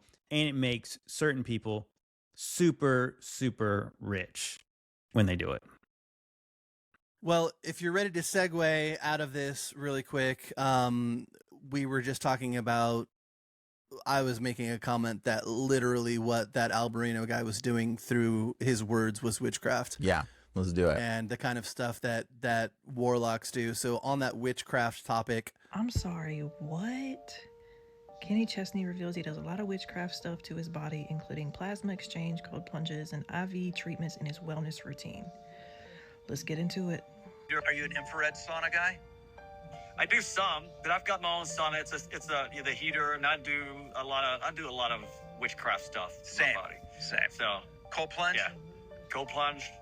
I do heat and ice. I do a lot of IV stuff. I do plasma exchange. Have you ever done a plasma exchange? No. It's really intense, but Wow. it's you feel fantastic. Okay. Yeah, Okay. we can talk about that later. Okay, I got my my homework is Kenny Chesney's plasma exchange. The devil think he's so slick.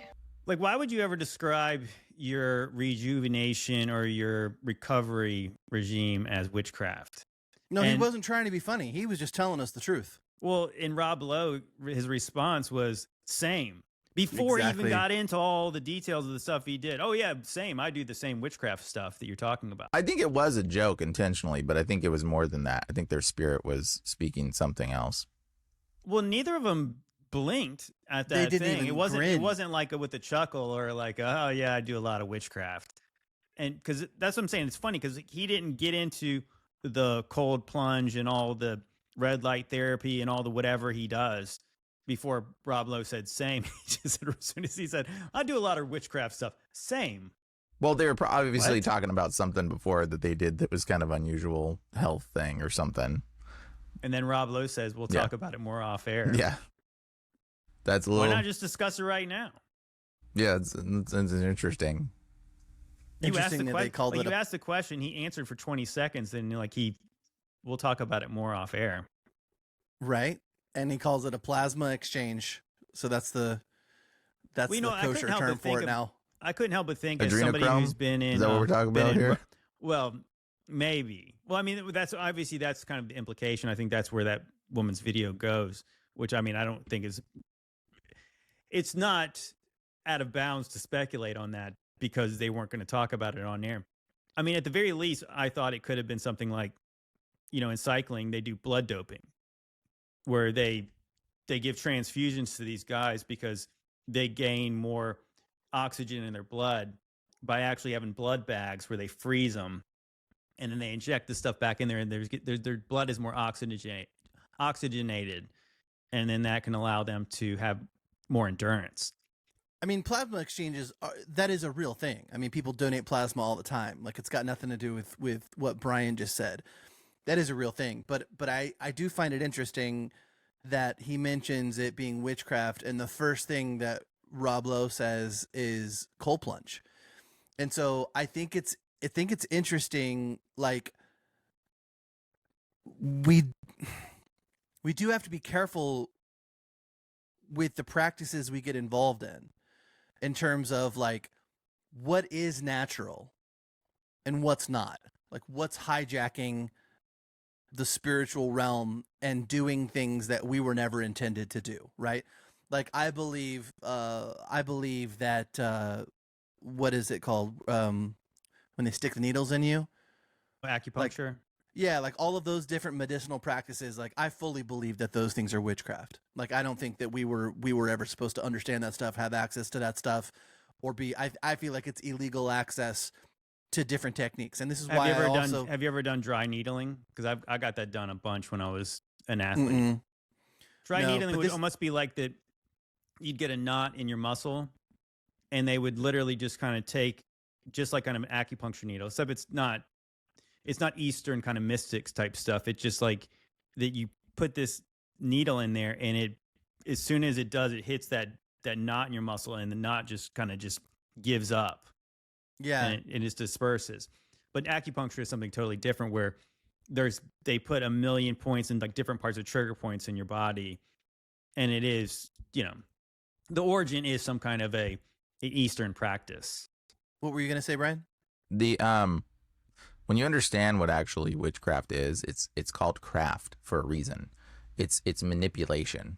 And so like it's craft, it's to bend or manipulate to your will. I mean, you might as well call it switchcraft, because there's the will of God and then there's the will of you, right? And so it's switchcraft. You're switching it from whatever will God is telling you and God is giving you to this other thing. So it's like that's basically what witchcraft is. You're taking it upon yourself. Yeah.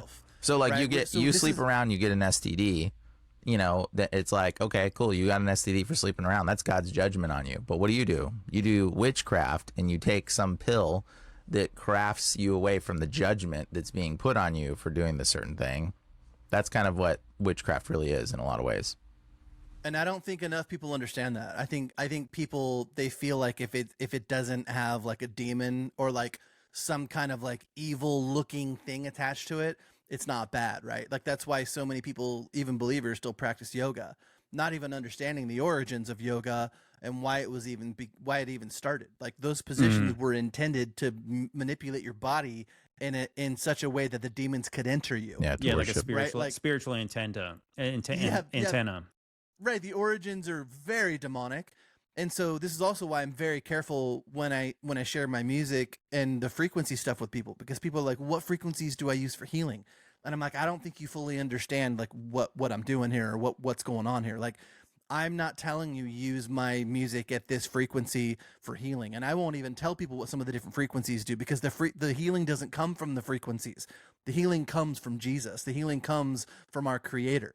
So you pray for the healing, you seek Him for the healing. There are certain frequencies, like the frequency I play my music in, it's more calming and relaxing. But it's not going to, my music's not going to heal you. 432 hertz frequencies, not going to heal you. It just makes it a little more calm for you to enter that It's state. not going to damage, maybe it's just not going to damage you. Well, yeah, exactly. It's not going to damage you. And it's going to make it a little more easy to enter the throne room to be able to meditate on the face of Jesus. But the music itself is not doing anything. Like the only healing that comes from Jesus. But to Brian's point, doing that stuff is very different than like getting on the ground and like stretching and doing the things that are within your means. Like He wants us to be healthy. And so like there are things we can do that will help our bodies just to be healthy, because He wants us to take care of our temples. But at some point in time, we are crossing that line. And I believe this comes back to, like we talked about recently on the Afterglow, where if you don't have that discernment, you're going to get deceived really quickly, because some of these things are like a really fine line, and the Holy Spirit will tell you where you're crossing that line. Let me ask you a question. So you highlighted the cold plunge thing. Have you ever done one? I haven't, but I've actually, you know what? I'm sorry. I just lied. I have. Yes. There was a period where the people at my gym were doing one like every day during the wintertime. And I remember probably in 2021, I did quite a few of them. It was terrible. I want to say what it probably like the physiology of a cold plunge. You're putting your body into some kind of a trauma. Yeah, you shock your body. So there's like an immune response, and that's what supposedly gets you the kind of the feeling afterwards. It's like the regeneration of kind of like your body process, because your body thinks it's going to die probably. Because I went into water, I want to say that was like 40 degrees. You go in there and you stay in there for like 5 minutes or something like that. But I mean, to me, I guess the way, like from like an athlete's mind, it's very similar to doing an ice bath, right? Because you have all this the soreness, and so the ice, the cold therapy helps the recovery process. It gets out the soreness out of your muscles. But when you do it when you did like a cold plunge, we would walk into this this river that's kind of near the ocean around here, and you walk in and you get up to like your neck. And yeah, man, it's really intense, like when you first do it. Well, and a lot of people don't just do the cold plunge. They do the cold plunge and then they get in hot water right after, or they get into a sauna right after. Right. Well, I think that's what probably they have probably in high level athletes, like, probably college and pro athletes. Yeah, they have an ice tub and then they go right into the warm. So you're shocking the body in both different ways. So you're like hijacking access to your body that like you wouldn't normally naturally be able to do.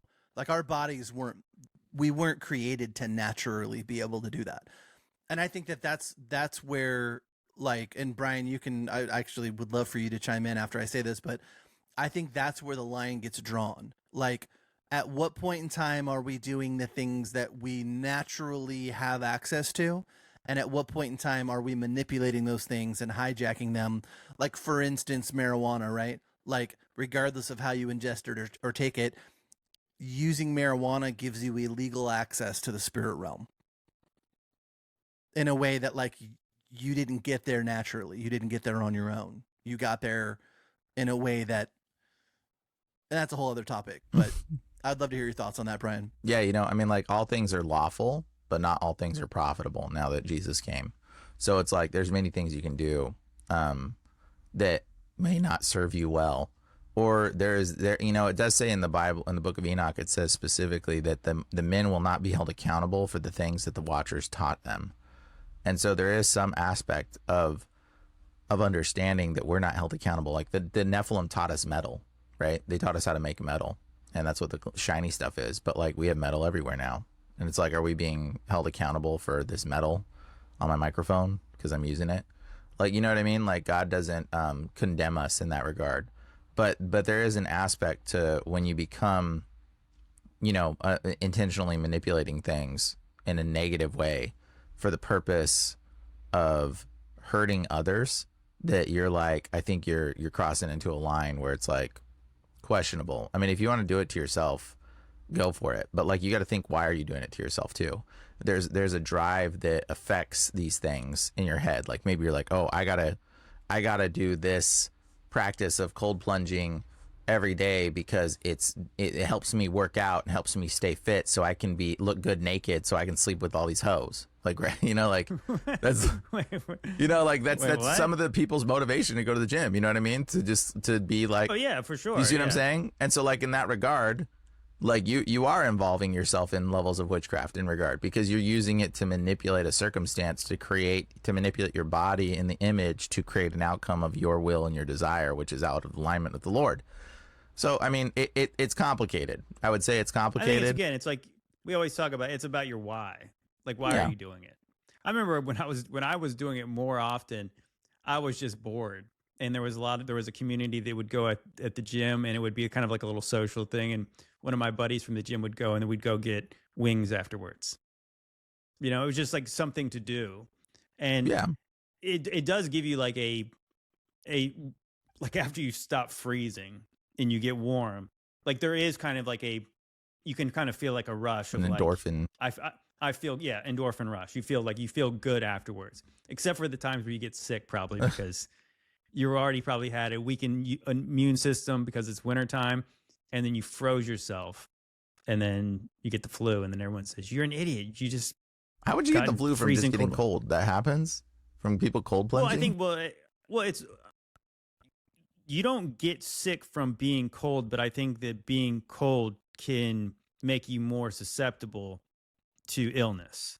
Well, it shocks your whole system. So like if you're already at a deficit and you're already not healthy, and then your body can't handle it because it like, I agree with that. It like brings you, like it brings like your temperature and your blood pressure down.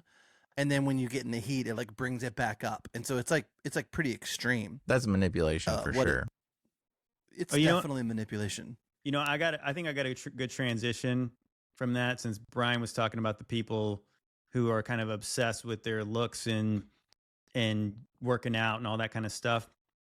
I have a pretty good video, I think, to go along with that. Gen Zs are actually, they're being groomed either knowingly or unknowingly to be actually psychopaths. I truly believe that the way that they're acting is It's crazy. I saw this kid, his name is Cavicular, and he does this thing, it's called looks maxing. He's getting all the Gen Zs to do looks maxing. This kid literally takes a hammer and hits his face with a hammer to create a strong jawline. It's sadistic. His bones are Microfractures, yeah. What? Microfractures. Yeah. Oh, hell And kids are actually doing it. That's the But he's done, in my opinion, some crazier. He's been on TRT since 14. Oh, that's what it was. And he's not fertile. Yeah, he's infertile from that, so he can't have kids at the moment. And he's only 21 now. We'll see how Clavicular ends up, bro, because that when he ran over that guy, I think he beat that. I don't think the city filed the case charge. But just live streaming in general puts you in these crazy situations. Yeah. And you're chasing this attention. It's kind of dangerous. That's Brian, have you heard interesting. about that? Have you heard of that guy? I don't think I I heard about the dude running over a guy, so maybe I did hear about that guy. Well, so what was funny is that the reason I shared that video is, for one, probably a lot of people don't know who he is, and you're probably better off if you don't. But he's, again, like a streamer. There's so many ultra famous people that we don't even know who they are. Mm-hmm. And I mean, saying like they're famous, they're not famous like I don't know, like Brad Pitt or something like that everybody knows. But they are streamers, and they have millions and millions and millions of people watching their streams. That they are Some of them are more famous than them, because in 2026, like they are this generation's Brad Pitt. Yeah. Right. That's absolutely true. And so there was something that happened over the weekend where Nick Fuentes, the what was it? Who was it? Myron Gaines, I think. Sneeko. Who was it? Andrew Can't think Tate. of his name. Yeah, Andrew Tate and his brother. They all went to some club with that Cavicular. What does Cavicular even mean? I Is don't that know. like, it almost sounds Sounds like a like demon. clavicle or something. You know what I mean? It says some kind of bone in your body or something. Maybe. Well, anyways, the funny part was that these guys it's were clavicle with an AR at the end. these guys were hanging out, and of course, these guys are like the America First crew, even though the Tate brothers are not from America. And then they're singing along to Kanye's song in this club in Miami, the Heil song, Yeah. right? Right. And they're hanging out with this guy. But I mean, The DJ just saw that Nick Fuentes was there apparently and just played it. no, I heard that they requested it. Oh, they requested? Oh, okay. Well, Yeah, Nick they Fuentes said they request- just put it on. Well, who knows? I Yeah. don't know if we can. I don't know if we can trust that. I guy. don't trust Nick But Fuentes' words. But it was just funny because, like, these guys are trying to be the guys, Mhm. but all they're really looking like is gay guys. Like, they're not really, like, you know what I mean? Like that guy. What you're describing about the people being obsessed and even being obsessed with trying to have lots of unprotected sex with lots of people. This is gay to be that obsessed with the way you look. It just is. I mean, obviously we all you want some kind of standard of, you know, how we look, and I mean it's natural to try to look our best. But when you obsess about it to the level where that is who you are, that's your identity, that's gay. And so what was really funny was all this group of these guys going around, this clip going around. For one, that guy how do you say? Clavicular. Clavicular. You shouldn't have a name that's that hard to pronounce. He and this other guy were in the club, and they were just they're just vile, like just totally immoral, and just the way they talk and the way they treat women. And that's the thing, like with Nick Fuentes, that he thinks having sex with women is gay. That's his words. The memes of him where he's like Will from Stranger Things, they putting his head on Will's body and saying, "I don't like girls." That's Nick Fuentes. But Cavicular and this other guy were having this. He ends up bringing some chick home from the club, and they had this exchange. And I thought this was probably one of the gayest things I've ever seen. I thought I was like at least an 8. You are not an 8. You're not an 8. Yeah. You're a thirsty 7 and ask for validation. And you're sitting in a 10's lap. That's kind of rude. That's kind of rude. That's justice. That's kind of rude. Is it? Clavicular's at least an 11. You are an 11. Don't f*** my boy. I thought I was like at least an 8. Okay, so what he said was that she was saying that she thought she was at least an 8, and he said, "You're a thirsty 7 looking for validation sitting in a 10's lap." Hmm. So this guy is saying that his friend, who's a dude, is a 10 while he's insulting this woman. And then It's disturbing. What was that? Was that Andrew Tate's brother who said he was actually an 11? That's gay. Is that not the gayest thing you've ever heard? Like it's kind of like that movie Mean Girls, and like that's who these guys are. Because it's also like, fake and it's so phony, and it's like these guys are not actually real men. Because like real men don't act like that. Real men don't talk hanging out and someone seeing Brian and being like, and me being like, oh, if you think he's good looking, wait till you see JT. What did they say? Gay, dude. So gay. We used to make fun of a friend at school, and at one point he never lived this down. Was that there was this one chick dating this other guy, and he's like, how did she get him? And we were like, what did you just say? So you think he's good looking, I guess. Like, that's not a thought that crosses my mind, but that's exactly what was going on in that conversation. You're sitting in a 10's lap. I have never called a man a 10. Never. Never associated a number to a man ever, have I? No, Never. No, that is gay. That's very gay. It's true. Check this out. This was probably one of the funniest tweets I saw this weekend. John Anarcho Cat says, "Hey Grok, remove all the gays from this picture." So you got Andrew Tate, tiny little Nick Fuentes, Myron Gaines. I guess it's Andrew Tate's brother. I don't know who this guy is. That's the gay guy who said that this guy's a 10. Sneeko and Clavicular.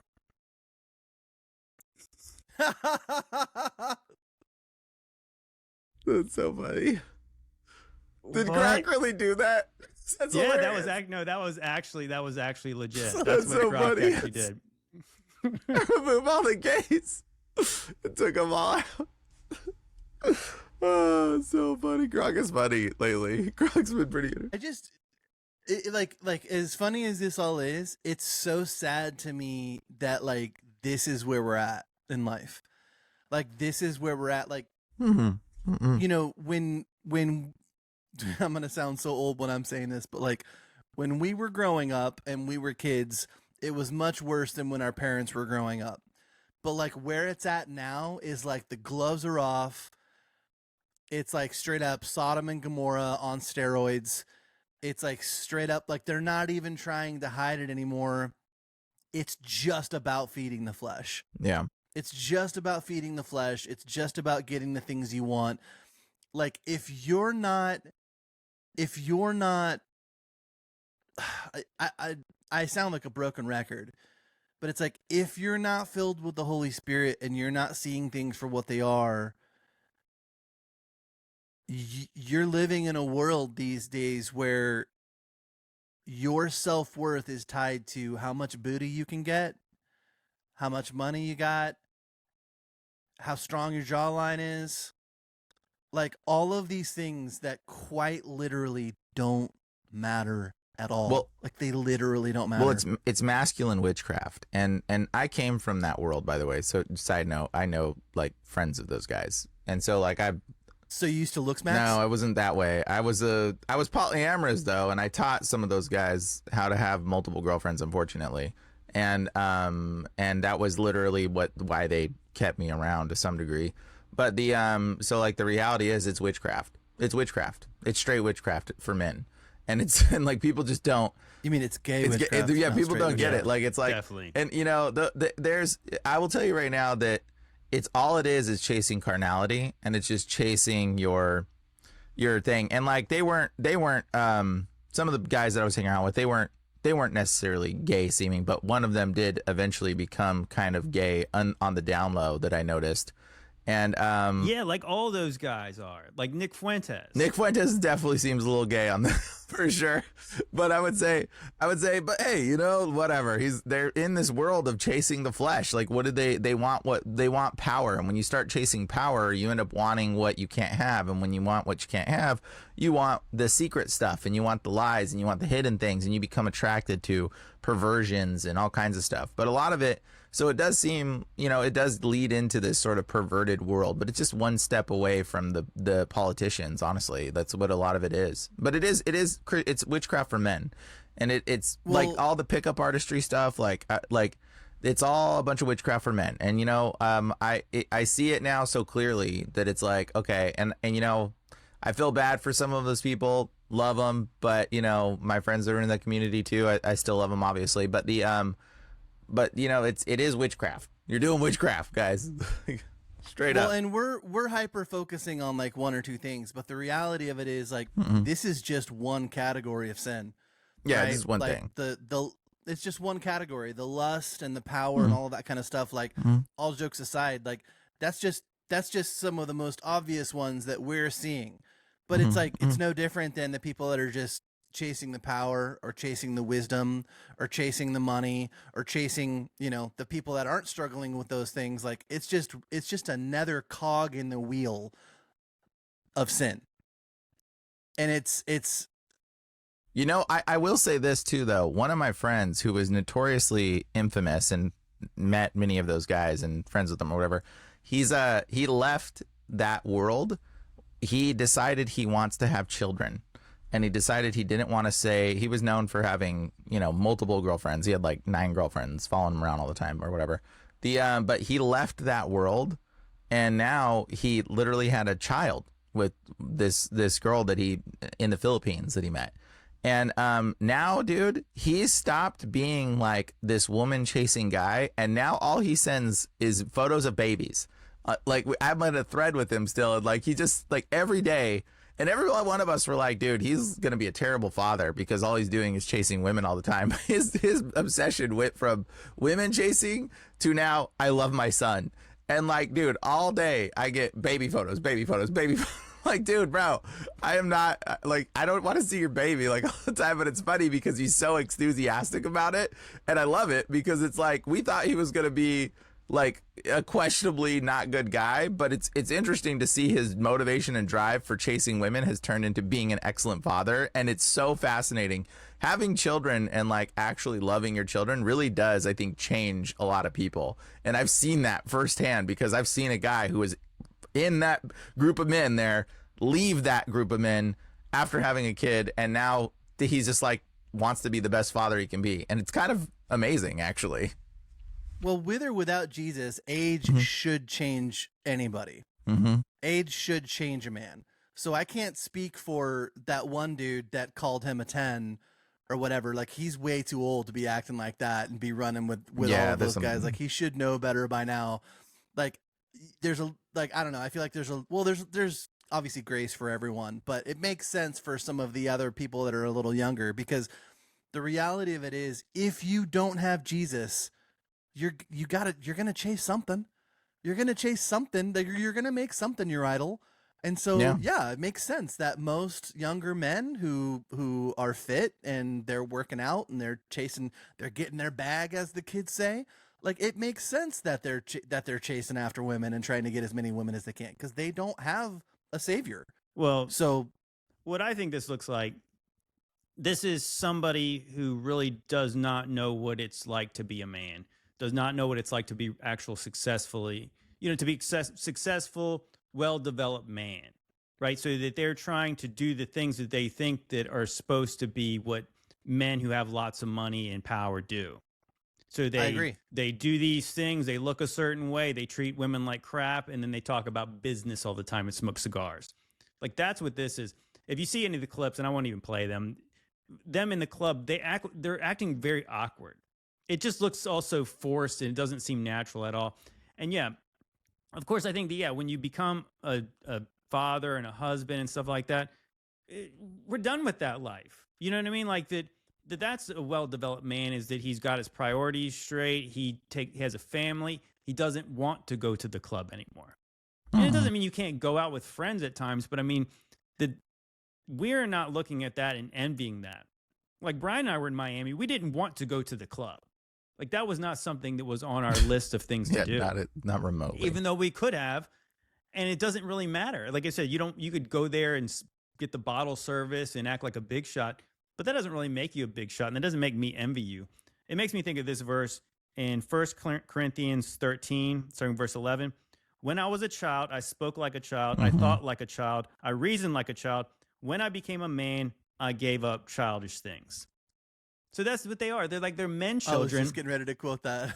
Yeah, they're like men children, man childs. And so it looks ridiculous because it is. And so you kind of just look at that person, you're just like, bro, like when you are the most handsome, the richest, the most successful, and all this stuff, you don't got to tell anybody that. Everybody already knows. But when you try to talk about yourself, you look so insecure, and you don't really, you're projecting the exact opposite thing that you're trying to project. You're showing your insecurities by trying to act like that. Because a person who's confident does not have to puff himself up. He doesn't have to put other people. He doesn't have to put other people down to make himself look better. You don't have to put down some girl to make your boy look more handsome. It just looks weird.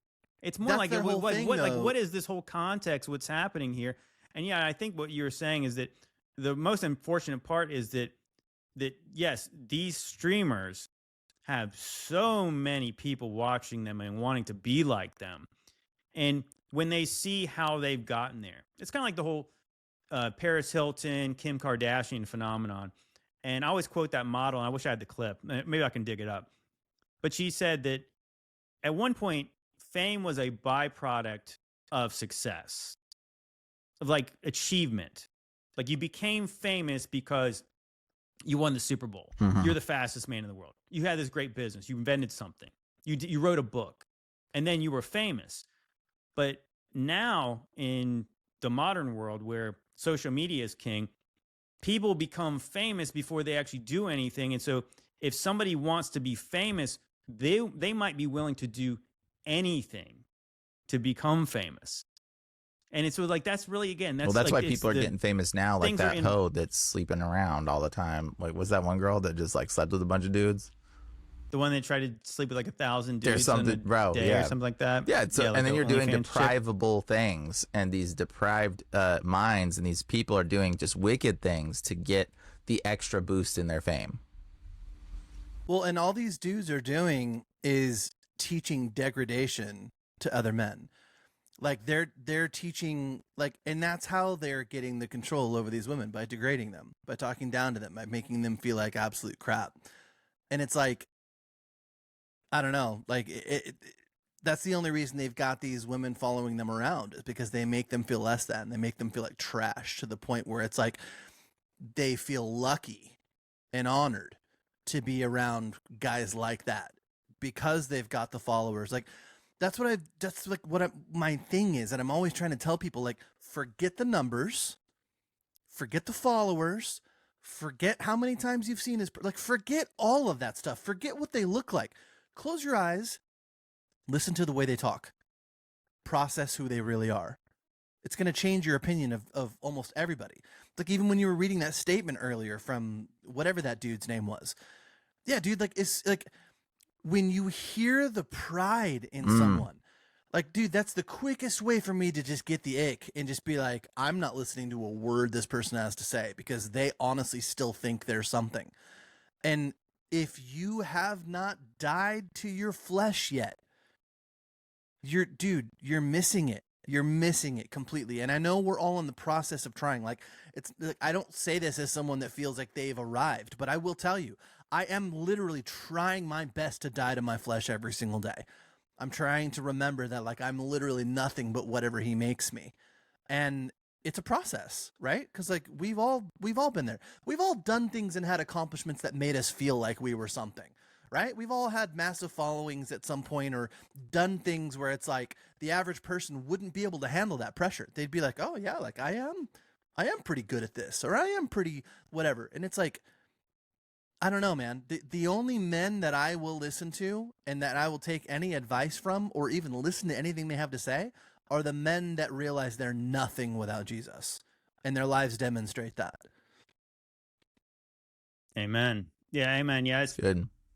It's sad, and it's sick. And I think that was one of the worst things, that the way that, if you ever saw any of the video of them, like the way they were this guy was telling Cavicular how to get the girls to come up, and the things they were talking about, I was just sick to my stomach, like listening to it. Black magic. It's Well, witchcraft. it was so unimpressive. Just the things, it's like that, what people will do when they have a little bit of power, like how they will treat people. And that's just what you see in And that's public. obviously the antithesis of the kingdom of heaven, is how you treat the least of these. It's the sin of partiality. It's like, if you don't treat the lowest like it's me, well, then you're not worthy of this kingdom. And it's private. Like, we're seeing what they're doing publicly. Can you imagine how they're treating people in private? Like, I can't imagine. I don't even want to. Well, you know what I mean? The funny part about it is they might actually be nicer in private, because a lot of this is an act. Or making out with their boys in right, private. Right. We actually don't want to see what they do in private. But you know what I'm saying? It's like that when you actually get the cameras off and they're not streaming, how they actually act versus how they act when they're trying to put on this persona of alpha male. But again, an alpha male is not looks maxing and all that kind of gay stuff. All right, let's switch gears. I'm tired of talking about them. Check this video out. This is, yeah, we're cooked. It is so unbelievably over when it comes to AI. Behind me is not a real woman. It is AI of a man adjusting to what he does, but it is so over. We are cooked. Welcome to not knowing what's real. Welcome. We are here now. The AI edits were funny, but now we have look at this. This guy's just being the Stranger Things, people. In 2025, it felt like I was saying it is over when it comes to AI once a week. In 2026, I say it once a day. The exponential growth of AI that we're not even close to the end either. I have to talk to my parents about this. But what's the point? I don't even know what's real. Welcome to not knowing what's real. We are the Black Mirror episode now. Can you imagine what the scammers are going to do with this? Oh my God. Pandora's box is open, by the way. There's no going back. The government can't regulate that. It's over. You better put on your seatbelts because it's about to get crazy. So I told you I watched iRobot last night, and there's a line in there where Will Smith says to the robot, he's like, "Can a robot orchestrate a symphony? I saw robot that clip going on. Yeah, I saw that clip. Paint or whatever." And like, so he says that in this video, and I'm like, actually, they can now. They can now. Which is terrifying. But dude, the thing that, like, this already existed and it's been inching its way in, but now that all of that technology is out, you literally cannot prove any video or any audio is actually that of whoever you claim it is. Well, they did that on purpose. It's over. That's the reason why they put it out. That's the reason why they let the cat out the bag, because they knew that in case the Epstein stuff got leaked out there, they needed to have a way of justifying and saying, oh, well, you can't believe what you see. Oh, we can't believe this, and so now the controllers are the ones who own the media once again, because there was too much control given to the people with the internet, and now it's put back into what the news says is real. So if it's on Fox News and AI, even if it's AI, but it was displayed on Fox News, we know that it's real now. So they're putting control back into their hands by giving us the freedom to see all this stuff and make all this fake content. Like, if someone put out a video or audio of you saying something just horrific or showing you doing something horrible, and I was your lawyer and we went to court, I could literally just say, all right, jury, give me 3 minutes. I'm going to show you something, right? And I could get on my laptop or my phone and I could recreate exactly what they're showing and show them, like, there's no way you can tell me this is real. The only thing that they could say, and this is the scary part, is the 3-letter agencies could say, well, we've got forensic tools that can determine what's real and what's not. And that's scary as crap, because really, do they? Like, do they actually have the tools, or is that just their way of saying, like, we've got the superiority here and we'll tell you guys what's real and what's not based on what we feel should be accepted as real and what's not? I hate that my mind went here, but it did. Whatever. I'm not going to apologize for it. Just imagine this technology used with OnlyFans. With what? Like OnlyFans. Oh, it's already. Like you see these, I heard. That's what I'm saying. You see these Indian guys being able to meme this beautiful woman, and that is what men, incels, are watching. And wait, so there's already people doing that and making money by being fake? Yeah, there's already AI people? girls that are making OnlyFans. Yeah, I just saw some video just popped up, literally talking about it. Well, they probably don't, but probably some of them do. But you really think about it, kind of what we were talking about before, about how what you have is you have these black mirrors, and we were talking about how the computer is programs called windows. So windows, you can look in and you can look out, but somebody's looking back in. And so you can imagine the kind of incriminating things they could get on people for, you know what I mean? Like, because you could show what the actual thing that they're looking at actually is in real life and what they're doing while they're watching that. Dude, I know a funny story actually of that happened to somebody. There was somebody that literally. It's gonna be a funny story. Well, he was literally looking at stuff online he wasn't supposed to look at, and they recorded him. They recorded him looking at the things he wasn't supposed to look at, and then they sent him a text message of him looking video. They turned on his camera and recorded him, and then they said, "Give us $10,000, or we're sending this text message to all your friends." Literally through his phone. Oh, dude, you know what? I've got actually the perfect transition to that. But anyways, yeah, that stuff's super scary. But this is really interesting because I know we've talked about this several times over the past probably 6 months. The idea of like how somebody becomes like a Fed, like not literally signing a contract and starting to work for them, but like how it actually happens. So probably the more natural way it happens.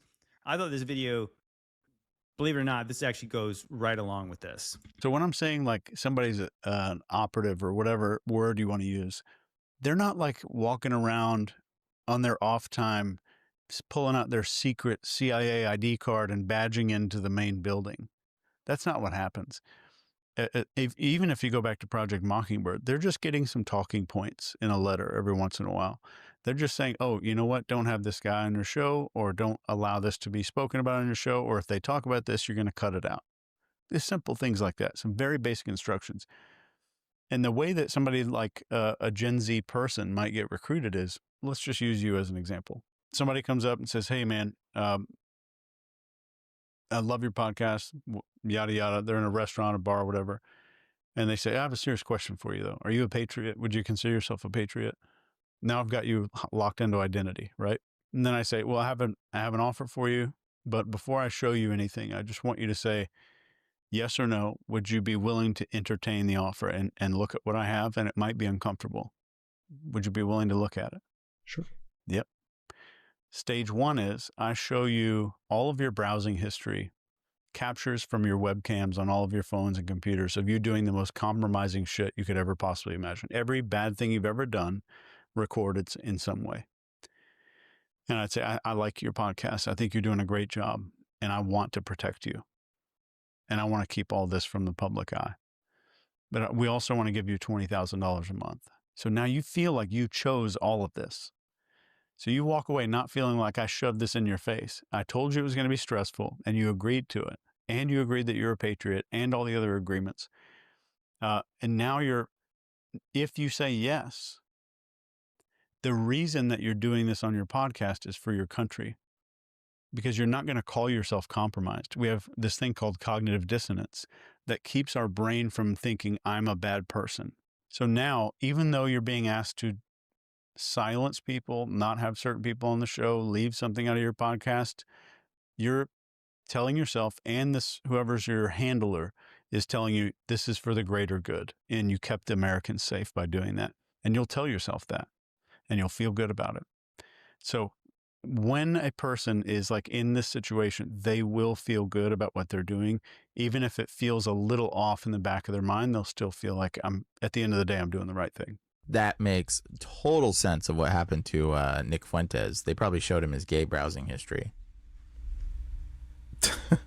Right? Yeah, that's what I'm saying. Like that actually sounds way more something that I could totally believe, because that's the thing. It's like that what we talked about like a long time ago, talking about the music business.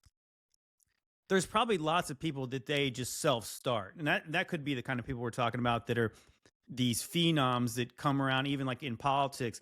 They start when they're 17, 18, and they're immediately shoved out into the public, and everybody knows them for 10 years. So they've been doing all the same work.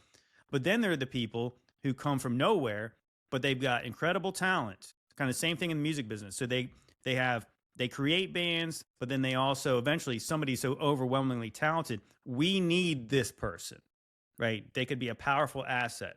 So then they grab that person through a way like this. Hey, we could really help you out here, and it would be a shame if everybody knew about all this other stuff we know about you.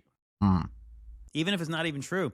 But if you think about it, like kind of what the guy was saying about how they have access to your browser cameras and your webcams the other way.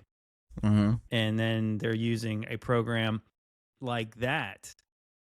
Maybe not even necessarily like an OnlyFans thing, but like that they are honeypotting people without even using actual honeypots.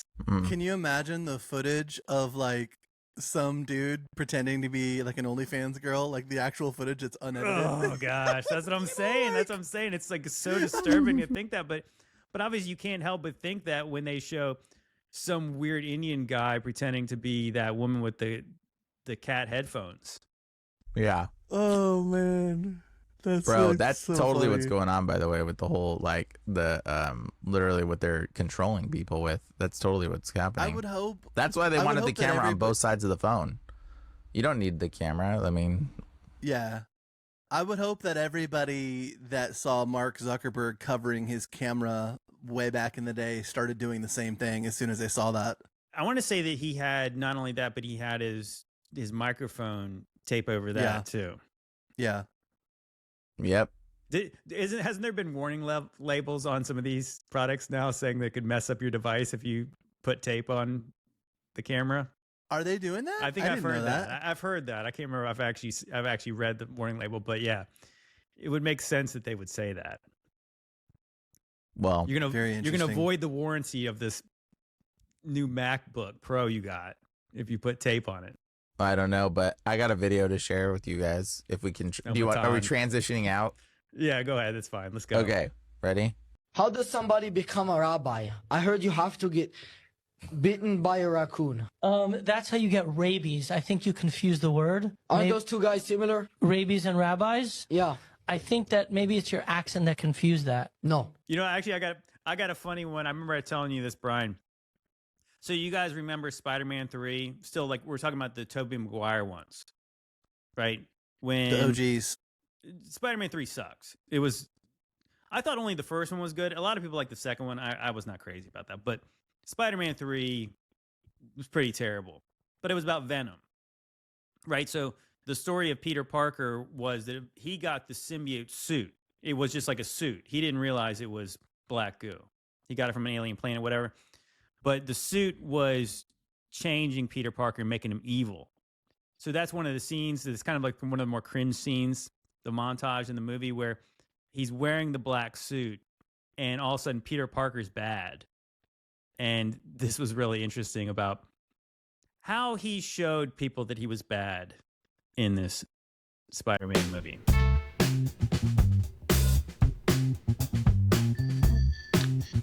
Chill out, Mr. Parker. Dr. Connor's here. Oh, Dr. Connor. He answers Bad boy haircut. He answers the phone and says, Shalom. That's crazy. Are they trying to say something there? Definitely seems a little sus for sure. Shalom, shalom. Okay. I got since we were so light on the videos. Aaron's gonna finish it off with the last one, but I thought this one was just too funny not to play. This is so wild. He laid 2 eggs in a week, is what the bright spot was. Who did? The boyfriend did. He's a Jew from New Jersey, and I thought possibly it was that, but I haven't met any other Jews from New Jersey who've done that. Could we rewind for just a moment? Yeah. What does that mean he's laid 2 eggs in a week? Well, he said, I've laid an egg. And of course I was like, okay, trying to pull focus on the cancer operation, you know. But it had a shell and a yolk. An egg came out of his body? Yes, I'm not out of his mouth or ears. It came out the route that it would come out of a hen. It came out his egg hole. Well, not his vagina. I mean, he went to the bathroom and then was very surprised to find that he had laid an egg. So the first time it happened, he was genuinely scared, and he was like, it's got a full shell, it's got a yolk, and What? It's the size of a bird. Well, he cracked it? Yes, he crushed it to see what was inside. A yolk was inside. Like a hard-boiled one, too, so it kind of cooked inside him. Okay, well, his boyfriend's laid an egg, whatever.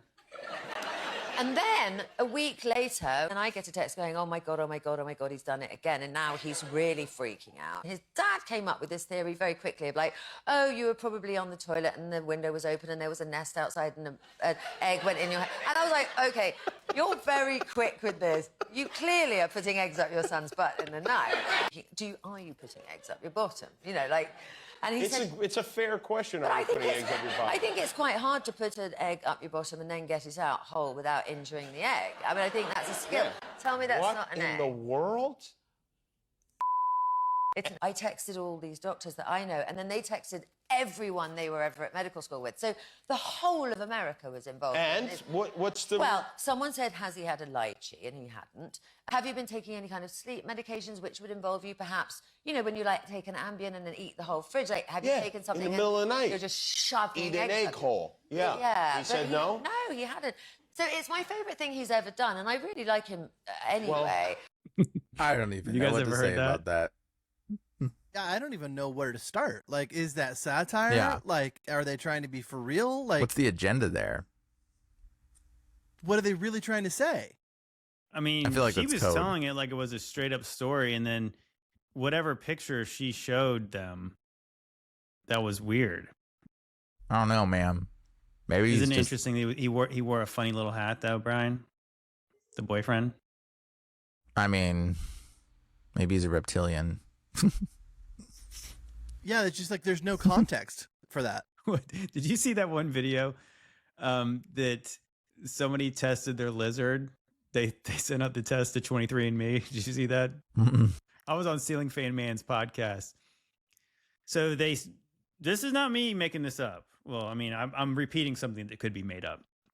They sent a test of a pet lizard into 23andMe, and it came back 51% Ashkenazi Jew.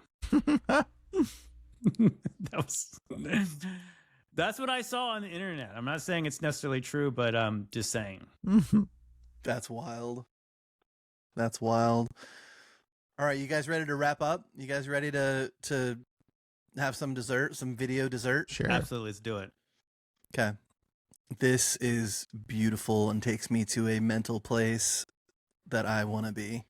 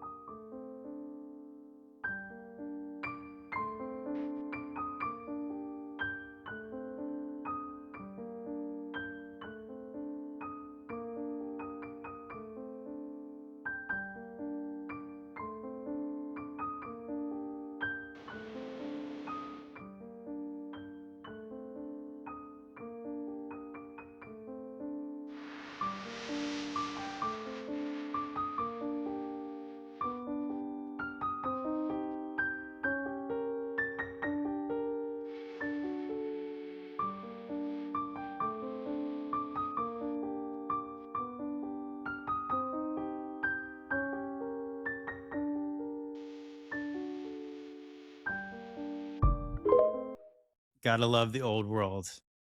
You could give us 50 years starting right now, and we wouldn't be able to make that. Yeah, that's what always really strikes me is we often focus on the outsides of these buildings, but the insides of them, they have like not an inch of these places don't have some kind of detail in them. They're just so elaborate. And the one thing I was thinking, even going back to Tim Alberino's appearance on Nephilim Death Squad, they had this conversation for a while talking about how angels didn't have wings, and Tim was saying that the visions of angels with wings are all symbolic. Now, I thought the interesting part about that conversation is I think that in some cases he's correct. I think that in Ezekiel 1, Ezekiel 10, the description of these angels, I think that's astronomical, the way they're being described. But the one thing I wish that they would have pushed back on a little bit is that Moses was given very specific instructions on how to build the Ark of the Covenant, and then the cherubs on there had wings, right? And then they had wings on the cherubim that were in the temple too. So I just was thinking about that as I was watching that video. Is it seems to me that the iconography that's so consistent about angels is probably because it comes from a true place. Right. Right. And so like Tim's take is that angels have technology, and so they're the ones who are likely piloting the UAPs, UFOs potentially. I mean, I think it's possible, but I think it's just like in the mythology and just the kind of the way these stories were told, angels could fly. It didn't always say that. It doesn't mean they couldn't use technology, but they could fly without it. Right? They could appear places, and it maybe wasn't even necessarily like flight. But they didn't need tech. They didn't need anything. Well, they can have wings, and these wings don't necessarily work with physicality like we think. I mean, there's the women also in the Bible that have wings like storks that carry the basket. Right. Well, again, so I think that that's kind of what he's pointing at is that when you hear the vision described by Zechariah, it's likely it's not totally literal. It's symbolic because he's seeing a vision where it's like a dream that he's experiencing that is prophetic. So that's kind of Tim's whole case. Like I said, in many cases, I believe he's correct, but I just can't help but think like, what's that one? I want to say it's when was it the third X-Men movie, like the very first X-Men series? I think it was I forgot what the one was called, but it was like a Last Stand. And one of the characters in there, one of the mutants is the Angel, and there's the one scene where he like reveals like that he's got wings. You know what I mean? Like, but it's like I wonder if it's something like that where angels, when they appear to people, a lot of times they look just like you and I, but then they could like the wings come out. You know, that kind of meme in like kind of the culture. It's like that they do have wings. Well, Scripture tells us that they are among us, so well, I guess the point is we know they exist here. That angels, I believe that they are metaphysical creatures, beings. They are spirits because the Bible describes them as spirits, but then they can manifest physically. Mm-hmm. So what can they do and what can't they do? Obviously, they don't obey the same laws of physics that we do. And that's why the term supernatural is actually a good description, because when you say a craft can defy the laws of physics, doesn't that by nature make it supernatural? Right? Well, yeah, and they've got access to the heavenly realms, and there's just so much, there's so much we don't know. It's going to be amazing when we get our glorified bodies one of these days. The thing that strikes me when I see a video like that, so there's like the dome at the top of the staircase with like that like heavenly artwork portrayed up there. And here's what I've mentioned this a handful of times. Like, we've all got our different gifts or whatever, but like feeling is one of mine. And I don't just mean like emotionally feeling. Like, I can sense things and feel things. Like, I can sense the demonic realm and feel things like it's like physically felt. And one thing that strikes me when I watch something like that is the way that it makes me physically feel when I'm watching it. Like, it feels supernatural. Like, it feels heavenly when I'm looking at that. Like the architecture, but not just the architecture, but the colors that are used, the shapes that are used. Everything about it feels ethereal. And then even like when you get to the staircase and you see the thing on the ceiling, like those colors were intentionally used. Like those colors were very intentionally and selectively used. And even the colors inside. And it inspires like a sense of hope and joy and peace it's just so beautiful, man. Seeing stuff like that just like takes me to a totally different place. I want to go there. That's in Cologne, Germany, by the way. Yeah, any thoughts, Brian? No, it's pretty cool. I don't know. No, you know, it's funny. We actually did just talk about this with Josh on the latest episode of Ancient Roots. We were talking about that yeah, there's colors that are like on a high vibrational frequency. And I thought it's interesting when I was reading just through Exodus recently that it's described like the colors of the high priest's outfit were blue, they were purple, and they were red, scarlet. And we've talked about this on this podcast before about how like the dulling of everything, you know, kind of like this corporate new, just bland everything, like the bright colors in like a McDonald's from compared to 20 years ago where it had zoo animals and everything was bright and vibrant. You go to like a preschool class, everything is super bright. And they always try to show us in these future dystopian movies where everything's white and gray or beige or, you know, some just lacking color. Yeah, everything lacks color. And you think that there is something about that when we see bright and beautiful things, there's something about it in our spirit that we know, like, there's something about this. And you think about the colors described around God's throne and all that stuff, and you just think, yeah, these are intentional. And I think that we do feel it without being able to maybe explain it, that when we see things like that, there's an aspiration of our spirit for more than this. And yeah, it is incredible. And that's why I say the more I've kind of appreciated kind of like looking into the old world stuff, I do think like I don't want to necessarily dismiss all the iconography as idolatry. It's something about it. And I also think that the consistency of it all over the place, it seemed like it's probably somewhat like this. Yeah, dude, it's just it just feels like something that is out of reach for man. Like when I'm looking at that, it feels like it comes from the heavenly places. You know what I mean? Yeah. Whether or not a man actually created that with his hands or using some sort of technology or something that we no longer have access to, whatever was used to create places like that came from a beautiful place. Yeah, from Like from Michelangelo, Michael the Angel, is the one who painted that. Just saying. Just saying. Well, anyways, I think that's a good place to end here. Well, I appreciate you guys once again for hanging out and watching this podcast with us. And if you guys want to watch these podcasts early and uncensored, please consider supporting this podcast on Patreon. And if you want to support this podcast and your health at the same time, please check out Modern Roots Life, the sponsor of this podcast, or grab a hat or a t-shirt. Even you check out Brian's store and grab a different kind of t-shirt. But either way, if you guys can't do that, I appreciate you guys just watching and listening and potentially liking and sharing. But anyways, guys, I appreciate you all. Love you guys. God bless.